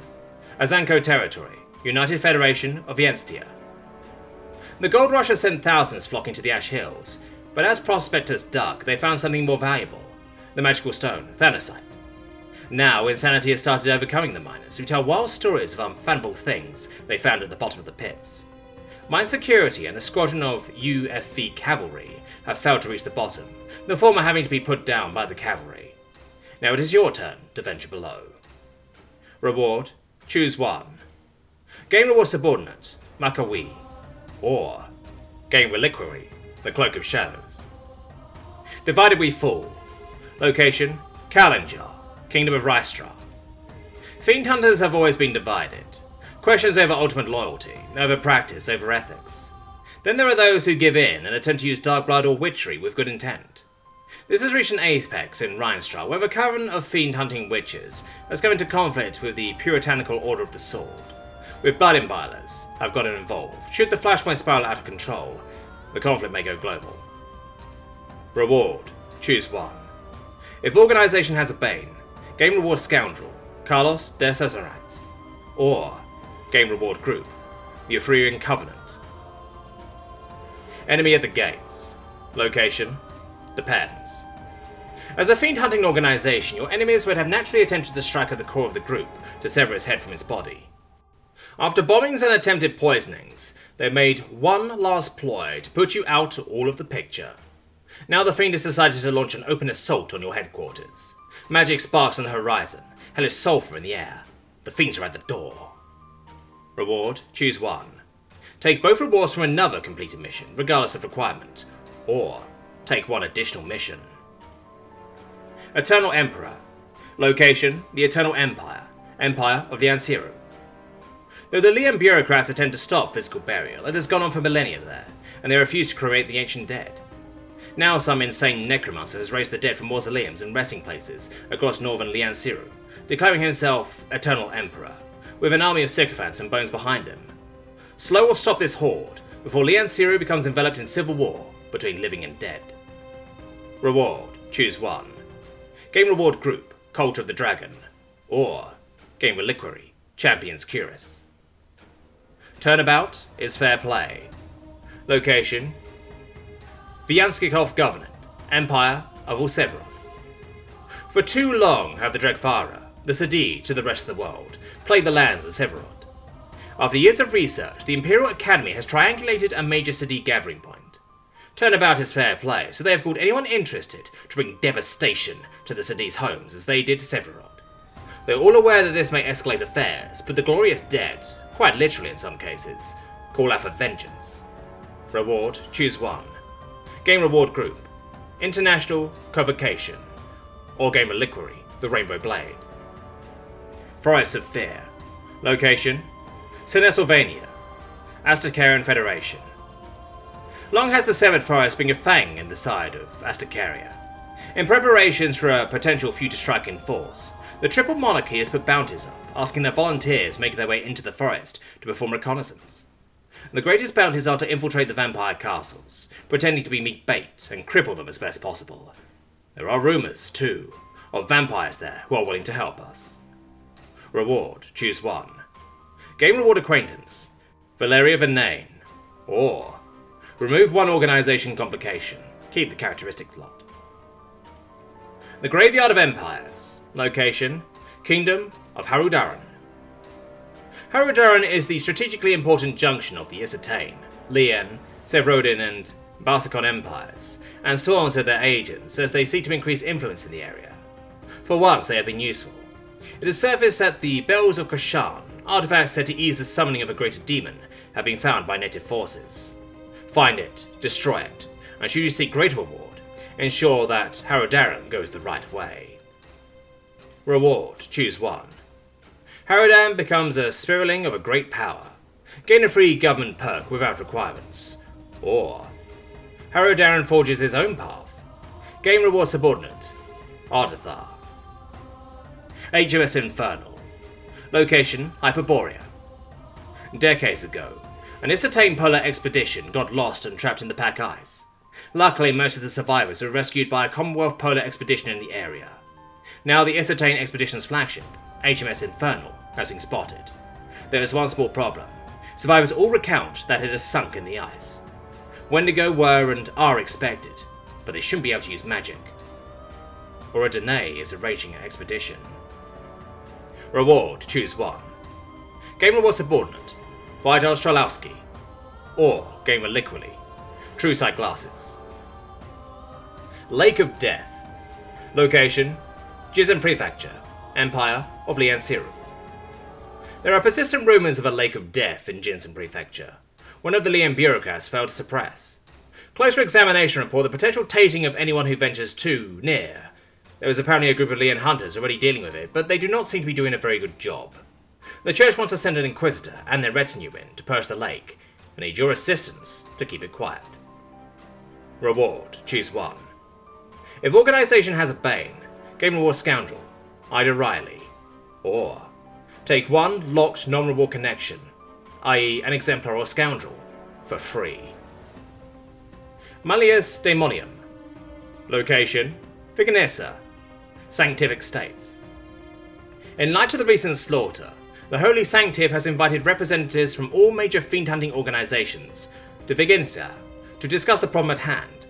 Such a gathering will likely draw trouble, especially since he has offered unprecedented access to the original Malleus Daemonium, one of the oldest and most prized books on demon hunting, instead of keeping it locked up in the archives. Reward, choose one. Game Reliquary, Malleus Daemon, First Edition. Or Game Reward Group, The Five Holy Orders. Mare Nostrum. Location, Yarenic Ocean. After recent issues with transoceanic telegraph transmissions, the root cause has been traced to damaged cables. It is strongly suspected that rogue merfolk are intentionally attacking the cables, but the Mer Crown stringently denies this. Now the major telegraph companies have put out bounties on the cutters' heads, while the merfolk embassies ask for reason and cooperation. Either way, the cables must hold, and the messages must run. Reward, choose one. Game Reward Acquaintance, Celia Tethitia. Or Game Reliquary, Cerulean Pendant. Pax Grassalenta. Location, borders with the Ulfang Realm. In light of the New Year's bloodletting, the elves surprised the world by offering to start humanitarian convoys to nearby human realms. Despite the progression of modern medicine, humans have yet to synthesize anything as good as elven medicine. Consequently, these convoys have often been attacked, not only by fiends and rebellious elves, but by bandits who seek to sell the goods on the black market. You could get involved with all of this. Reward, choose one. Game Reward Subordinate, Aluvi. Or Game Reward Reliquary, Elven Elixir. Shadow Rail. Location, Correo Territory, United Federation of Yanstia. It was said that the Transvestian Railroad would bring the divided nation together, literally and figuratively. Instead, as the labourers worked, they disturbed something insidious, something that has begun to take its pound of flesh from the railroad workers. Construction, too, has slammed a halt, as the railroad men's security is not enough. The federal government will pay generously to whoever solves this problem, whatever it is. Reward, choose one. Game Reward Subordinate, Lizzie Rosewood. Or land grants around the railroad to be sold on or retained. Gain characteristic, wealthy for free. Does not count against limit. Silent Night. Location, Lianjing, Empire of Liansiru. After the Lian Emperor's eldest daughter made a cruel jest, it appears that a city hex has fallen upon the Lian capital, shrouding it in night and making the inhabitants wholly incapable of communication, whether vocally or physically. Exorcism and common anti-magic techniques have failed to have any effect. Research this curse, defeat it, and may your victory bring the dawn again. Reward, choose one. Game Reward Acquaintance, Princess Lingji. Or remove one background flaw, keep the points. That Terrible Ulcer. Location, Interrovertus Region, Kingdom of Rystra. Rystra has seen many conflicts throughout its history. Many werewolves have since fled to take refuge in its mountains, for the Rastrate government is not as stable as it should be. Now these fiends have begun to turn upon themselves between isolationist, feralist, and human sympathizer. The local populace suffers the bloody consequences of werewolf rage. Support the human sympathizers or kill them all. The gods will know their own. Reward, choose one. Game reward subordinate, Wolfram. Or game reliquary, Fiend Stopper. Tooth and Claw. Location, Lifkan State, United Federation of Vicentia. Due to vampire predators, locals in a Vicentian backwood have willingly infested themselves with lycanthropy. As the resulting vampire werewolf wraps the region in conflict, the federal government have deployed one of its best lawmen to the area to resolve the situation. He has a hard job ahead of him, for Vicentian hunter groups have also headed there to try their skills at dealing with the Vicentian fiend problem. Reward, choose one. If organization has no Banes, game reward exemplar, Martial Temple. Or game reward subordinate, Red. Trouble in the Convent. Location, Osteria, Serenian Commonwealth. The fiend may be repelled by the holy places of the gods, but not kept out. Still, they rarely attack them opportunistically, so as not to draw the gods' attention. Such is the case with the convent of St. Brunhild, for the establishment has come under siege from demons. Though they would doubtlessly relish in enslaving the sisters inside, they seek to desecrate St. Brunhild's healing ashes. The sisters throw them back, but cannot do so forever. Reward, choose one. If organization has no Banes, gain Exemplar, Sister Adelheid. Or gain Reliquary, the Lance of Brunhild. Winter War. Location, Duchy of Hania, Serenian Commonwealth. The problem was worse than they had feared. As Serenian colonists moved north to colonize lands previously inaccessible, they inadvertently walked into a land that was consumed by an open conflict between Wendigo and Werewolf. Though the Commonwealth military allegedly has a hold on this problem, there are multiple beasts of note that are outside their capability and require only the finest fiend killers to slay. Reward, choose one. If organization has a Bane, game reward Scoundrel, Over, Gelford. Or game reliquary, Silence. Rewards. For most tasks, the reward is your life, that of others, and if fortunate, a payout of some kind. But there are some missions that are more profitable, artifacts salvaged, and connections forged. Reliquary. These are artifacts of significant power which you have accumulated along the way, and which will prove useful in the fight against darkness. Guard and use them wisely, lest greedy hands seek what you have earned. The Cerulean Pendant. Enchanted to allow the wearer to breathe underwater, the main advantage of the Cerulean Pendant is that its wearer is expected to be treated with great respect by merfolk, to the point of being able to parley with foes. Champion's Cuirass. Originally made for an ancient Lian general, this rune-engraved and heavily enchanted cuirass has comparable properties to modern plate, even bulletproofing, but lacks its weight, and is generally more comfortable to wear. The Cloak of Shadows.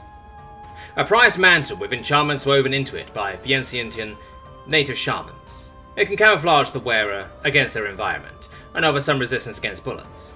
However, once hit, the cloaking is weakened. Elven Elixir. This Elven Elixir is a magic-infused tonic concocted by a recipe that is unknown to mankind. It is capable of bringing those on the brink of life back to health, and in quickly curing ailments, both natural and unnatural. It has limited uses though. Fiend Stopper. While it may look like only a slightly peculiar revolver, Fiend Stopper's projectiles are capable of curving towards the wielder's intended target. Hits that land are damaging, but also cause temporary paralysis, decisive in a close fight. The Lance of Brunhild. A legendary polearm, the Lance of Brunhild chooses only the most worthy to wield it. In their hands, the lance always strikes true should the wielder be sufficiently devout, piercing through any armor and right into weak spots. Malleus Daemonium, 1st edition. Malleus Daemonium is the authoritative text on fighting demons, with techniques lost to time in subsequent copies. This is a 1st edition version, illuminated by church monks, such that its very presence wards off nearby fiends. The Rainbow Blade. The Rainbow Blade is a weapon thought long lost. A surprisingly light and agile blade, it occasionally pulses with holy energy, enough to blind and stun if not grossly damage fiends, and always retains a keen edge and point. Silence. A vaulted blade that makes no sound when unsheathed, nor no sound when it strikes down an opponent. Silence has a long and mysterious history, but what is known is that the sword never gives away its wielder's position, and sheds no blood when cutting. True sight glasses.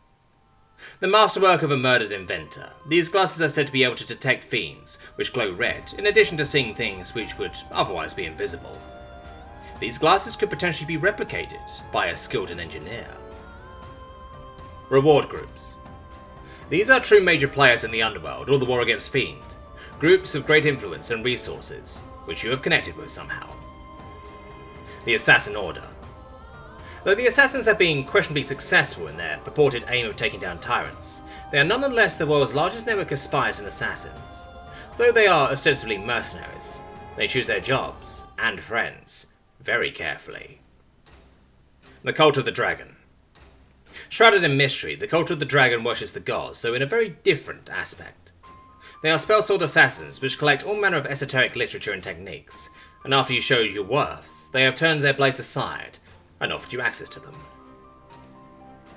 The Eleutherian Covenant. The Eleutherian Covenant is an old, covert ragtag collection of fiend hunters, witches and criminals. It purports to have no master but themselves, no obligation to hunt anyone else but humanity itself.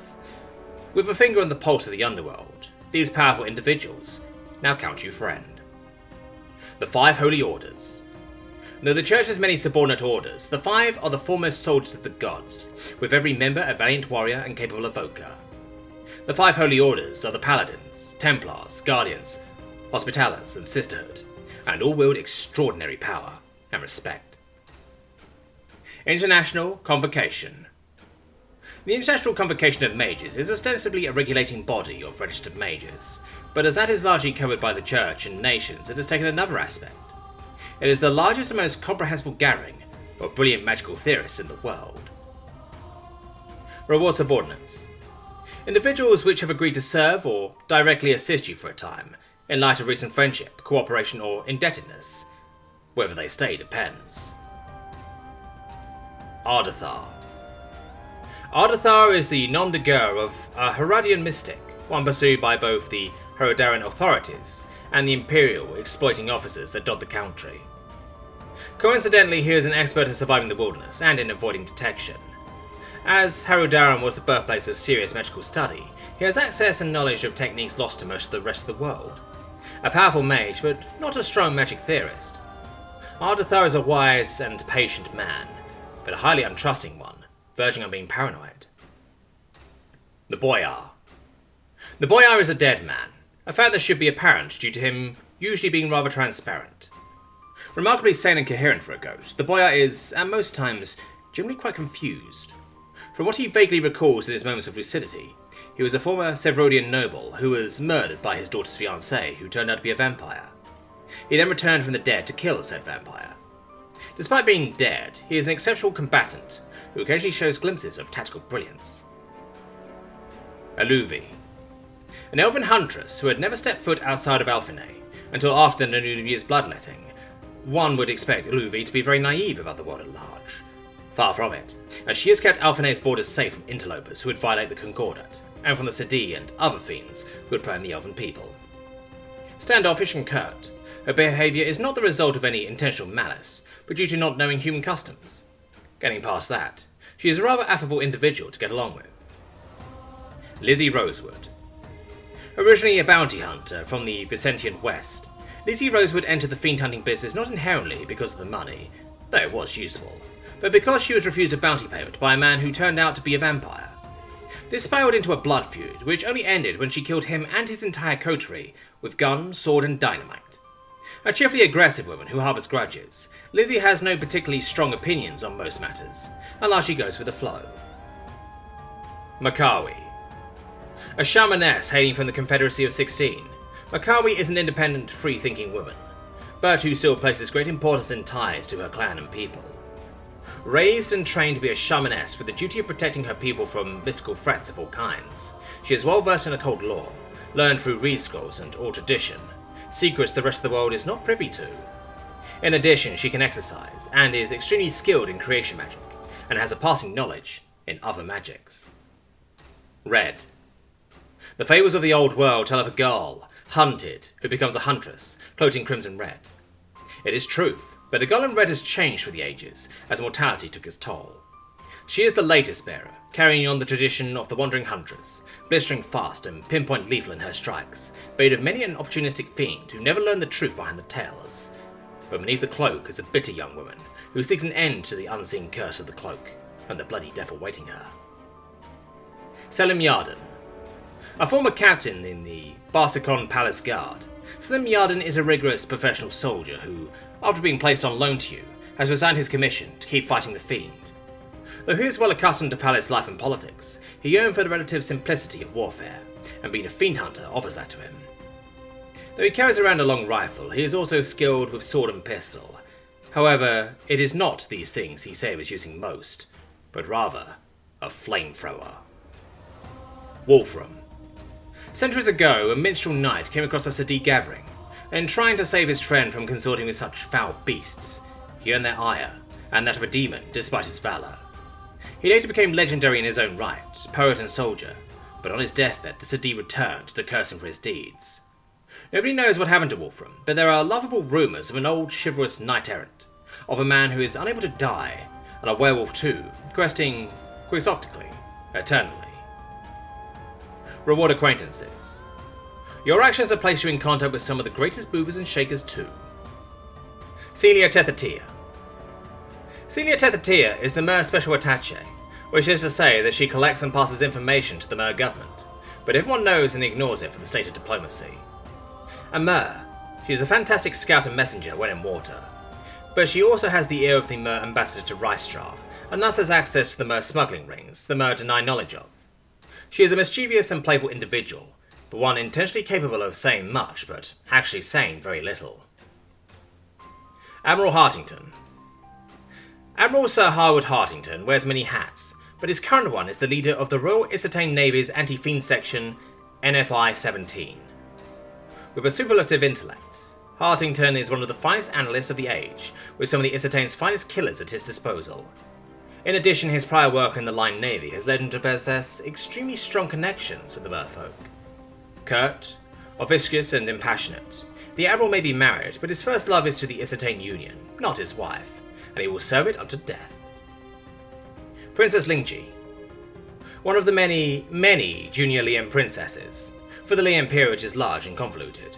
Princess Lingji Lian made a name for herself as not only an excellent musician, but also one who is reliably able to beat the Sadi at their own game, that is, to out-rules-lawyer them. Through her accomplishments and access to the Lian Imperial Archives, she is one of the foremost authorities on dealing with the Sadi. Lingji is a creative and emotional woman, but immovable in her ideals, and in the face of danger. Lucrezia Schleisinger. A notorious lady of questionable repute, Lucrezia Schleisinger is the proprietor and host of the most notable club in Vinastia, where almost everything is available for one with enough coin. Almost everything, for the Lady of Silk and Steel despises demons, those who consult with them and those that hurt her girls. With her ears open to the premier gossip of the Asakarian Federation, and with an alarming knowledge of assassination and poison, Lucrezia is a most valuable informant and ally, and not one to cross. Chief Consort Saria. The mother of the heir presumptive to the Gilded Porte, and a Barsicon Sultan's favourite, Saria was born the youngest daughter of a lowly bookkeeper. Now she is the Chief Imperial Consort, the second most influential woman in the nation, her brothers installed as administrators and generals, and she ruler of the Imperial Harem. A canny, dignified woman, her sole aim is the survival of her family and children, and to that end she seeks the eradication of cultists in her country, by any means necessary. Valeria Vernane. A conflicted vampire, despite appearances, Valeria Vernane outright refuses to drink human blood, unless necessary, due to moral reasons and squeamishness. A rare biological vampire, she is the daughter of the head of a great family, but despite this is a radical in vampire circles, opposing the court and the rampages, and has now attempts to get rid of her curse through piety. Time will tell whether it works, but while she is covering vampire society, she is willing to pass along information about dangerous ones, even fight them. Vital Shralowski. Mazedian mathematician and spy, Vital Shralowski is one of the world's finest cryptologists, a veritable human calculator, capable of interpreting, by himself, mundane and magic codes and ciphers. With a recklessness not expected out of a specialist in such a field, Strelowski has largely been successful enough to not suffer for his pride. A die-hard patriot, he is willing to do many things to ensure his country's freedom, safety and prosperity, and can talk himself into doing things he would, in hindsight, prefer not to have done. Reward exemplars can only be taken by organisations without a bane. It is through coincidence that you ran into these, or they would have been concerned with matters elsewhere instead. Those who will follow again will only do so for a time. Exemplars marked with a correct can only be taken as acquaintances. Sister Adelheid. Adelheid von Eschenbach is of an ancient Astacarian stock, hailing from the renowned Eichenbach family. Now she is a sister superior of the Immaculate Sisterhood, sworn to protect the weak. She does so with a constant, righteous fury, cleaving fiends with her enchanted greysword and smiting them with ease. Stringently devout, she has a hard time trusting those who are not, treating them with mild suspicion, and can seem overbearing at times. But it is through a genuine sense of duty and belief, not through misguided ideals. Mariana de Ardenette. Lady Mariana de Ardenette is one of the best fiend hunters in the Issetane Union, and one known for her charity and kindness. A principled, restrained woman, Mariana refused to compromise her beliefs during the siege of Saintsfort. Wounded, she led the surviving defenders from the front despite her wounds. A brilliant hunter and a whirlwind in melee, the counterattack turned the tide. In addition, she is well versed in first aid, battlefield leadership and tactics. But beware, one who rises so high cultivates many enemies in the shadows. HRH Victoria Eugenie. The unmarried third daughter of the Issetane king, HRH Princess Victoria Eugenie is one of the most sought-after women in the world. Fashionable, well-humoured and alluring, she quickly gathered a following at court. It is said that she is the leader of a secret group of female Issetane nobility intent on maintaining the nation's stability. What cannot be denied, however, is that she is exceptionally charming, inestimably clever, and has many exceptional contacts, enough to influence Issetane's future course. Marshal Temple. Considered the finest shot in the West, Marshal Matthew J. Temple is an exceptionally well-respected lawman, even among his adversaries.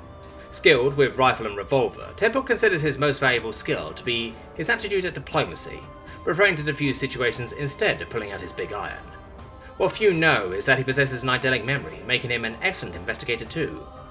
Temple is a capable, honourable and well-intentioned man, but with a pragmatism honed on the extremes of the Wild West. Reward scoundrels can only be taken by organisations with a bane. Your actions have attracted the attention of some particularly capable people who are practically minded, but being so, those who will follow do so for as long as they wish. Scoundrels marked with a correct can only be taken as acquaintances. Carlos de Canizares. Don Carlos de Rodriguez y de Canizares is the sacrificial legate to Rystra. A former soldier and old nobility, in his age, Canizares has become an extremely fervent, perhaps rabid adherent of the church, despite his libertine youth, and how he still keeps a mistress. He has now taken it upon himself to lead an inquisition in all but name, despite lacking the orders to do so. A ruthless man with a fanatical hatred for the fiend, Canizares has the ear of the king and queen of Rystra, and the holy sanctif too. Ida Riley. Ida Riley is a travelling Vicentian witch, though she prefers the term chemist, despite lacking the academic credentials. More of an alchemist and occultist than the straight practitioner of magic or an actual scientist, Ida is selfish, manipulative, and seeks gratification, yet at the same time seeks to be both recognised and praised. She is not inherently malevolent, more self-serving, and consequently duplicitous. But what cannot be denied is that she genuinely is a brilliant alchemist, and if you squint heavily, scientist. Lothar Eckerklinch. A good man, honourable, excommunicated, delusional.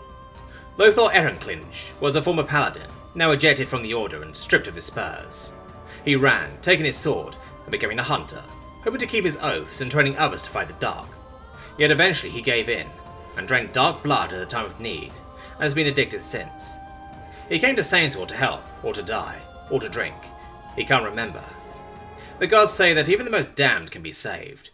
What then will the future hold for him? Orvar Najalvad. A mercenary from the Commonwealth, Orvar Najalvad has enhanced his body through the endless drinking of black market concoctions that would kill most people. Consequently, an extremely strong and tough individual. He has become mercenary to the extreme, doing anything so long as the money is there. A dull and humorless individual, accepting crude humour, Orvar is not stupid, but willfully ignorant of the more complex things in life. He is a killer to the extreme, and very good at it, and intends to remain so. Events. The Great Game was not really put on hold, but changed, as it always has. The machinations of man and fiend are now irrevocably linked, and few know what the future will bring. In the air, veterans smell a hint of burning in the breeze. Some say the world will continue as it always has, an uneasy cold war between man and fiend. Others fear that the world is irretrievably on the road to a war unlike any other. There are always those who believe the end is nigh, and they of all people might actually be right, though people still doubt it. Whatever will happen, you and your organisation will have your part to play. Choose any number of the following events to occur. Vanguard of Destruction. The nights burn red, sulphur stench surrounding. Centuries in the making, the legions of hell are on the march. Through their machinations, the demons have penetrated the mortal plane to sufficient extent that they have made preparations to open hell gates, from which the dread strength of oblivion will surge forth. Hope is not yet lost. The stories say they have been defeated before. Should the hell gates be opened, they can be closed, though not without prodigious destruction. But more importantly, the enemy is not here, yet. The plot is still in motion, peace is not yet set in place.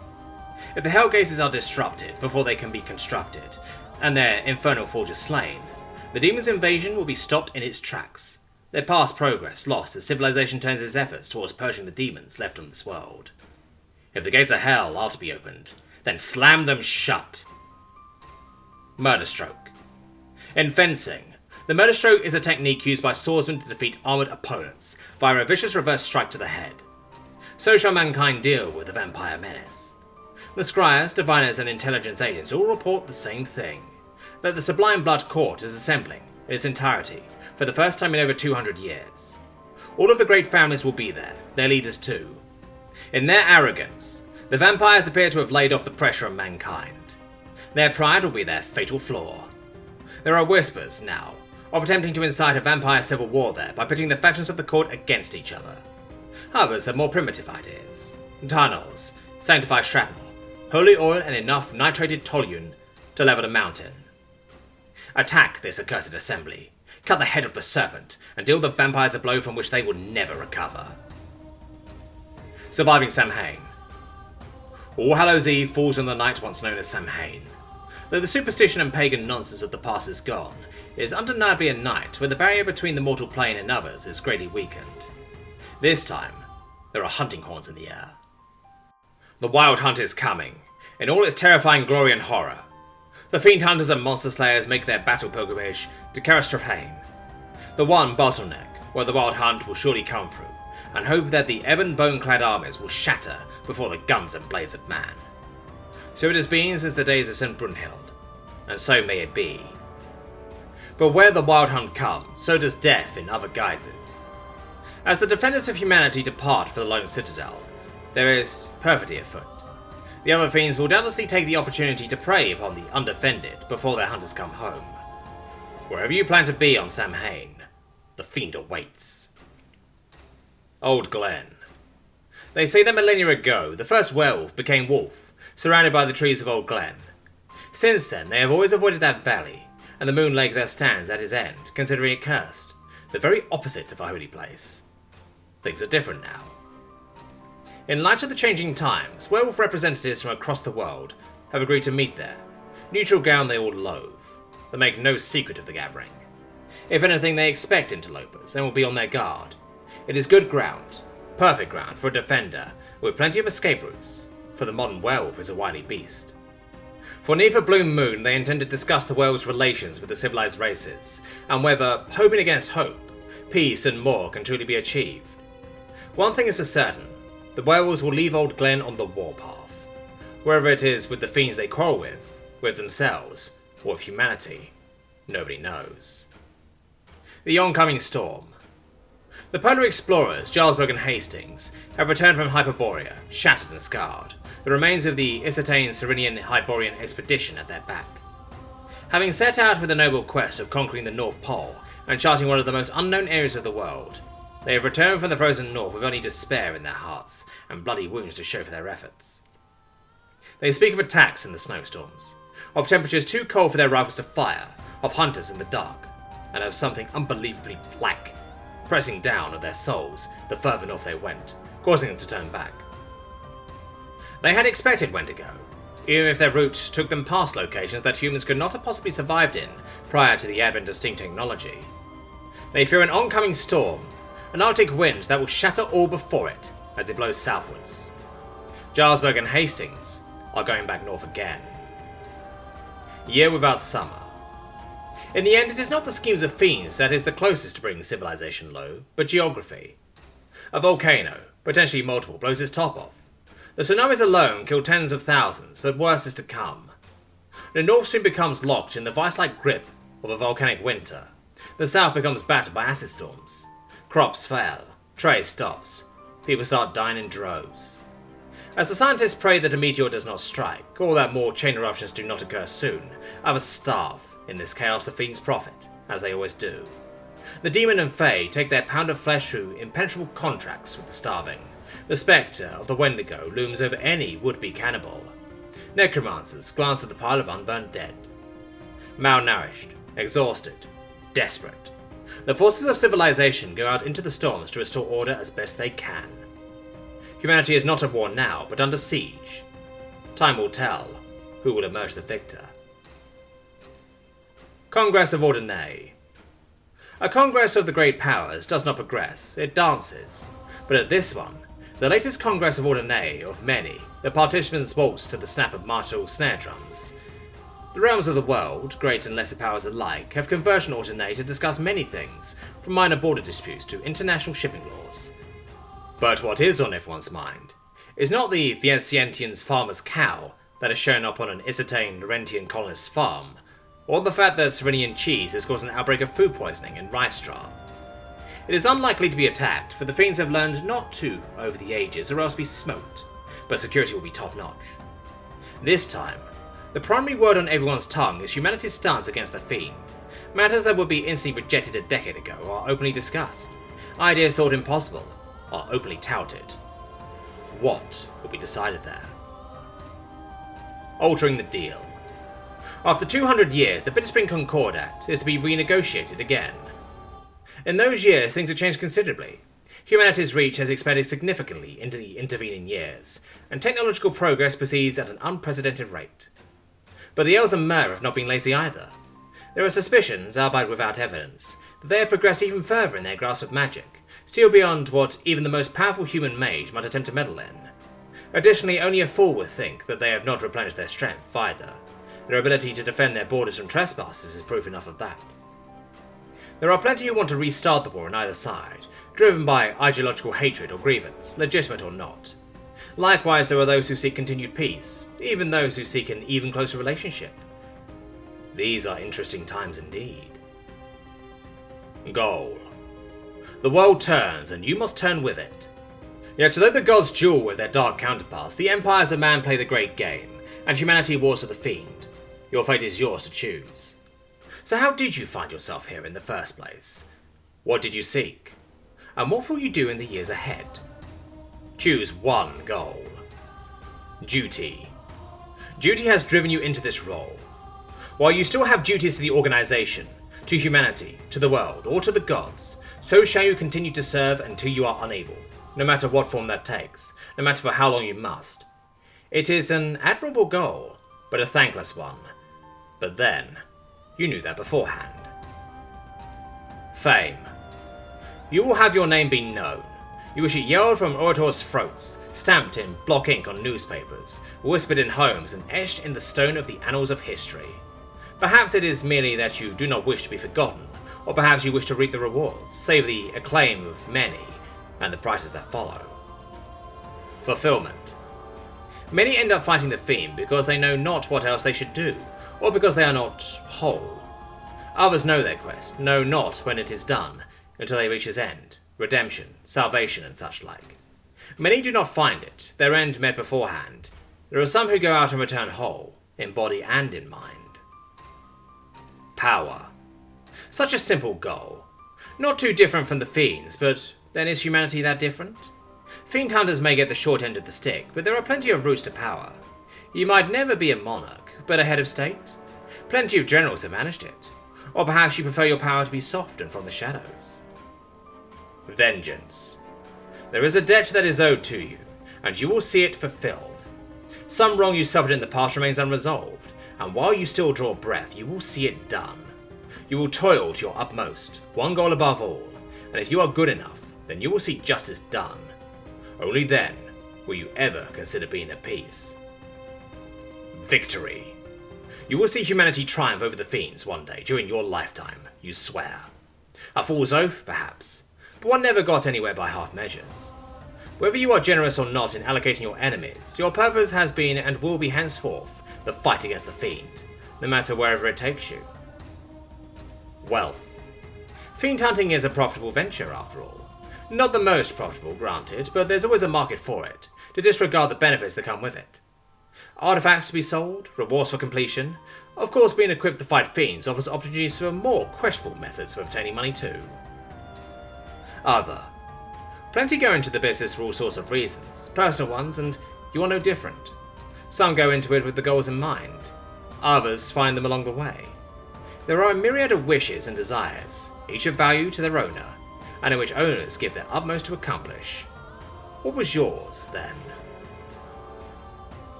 Your weapons are ready, your mind in order, your organization prepared. A long road ahead still awaits you, hopefully, and almost certainly a difficult one too. Time to get to work. Gain 5 points to be spent across the entire Choose Your Own Adventure for posting a build or writing a short excerpt.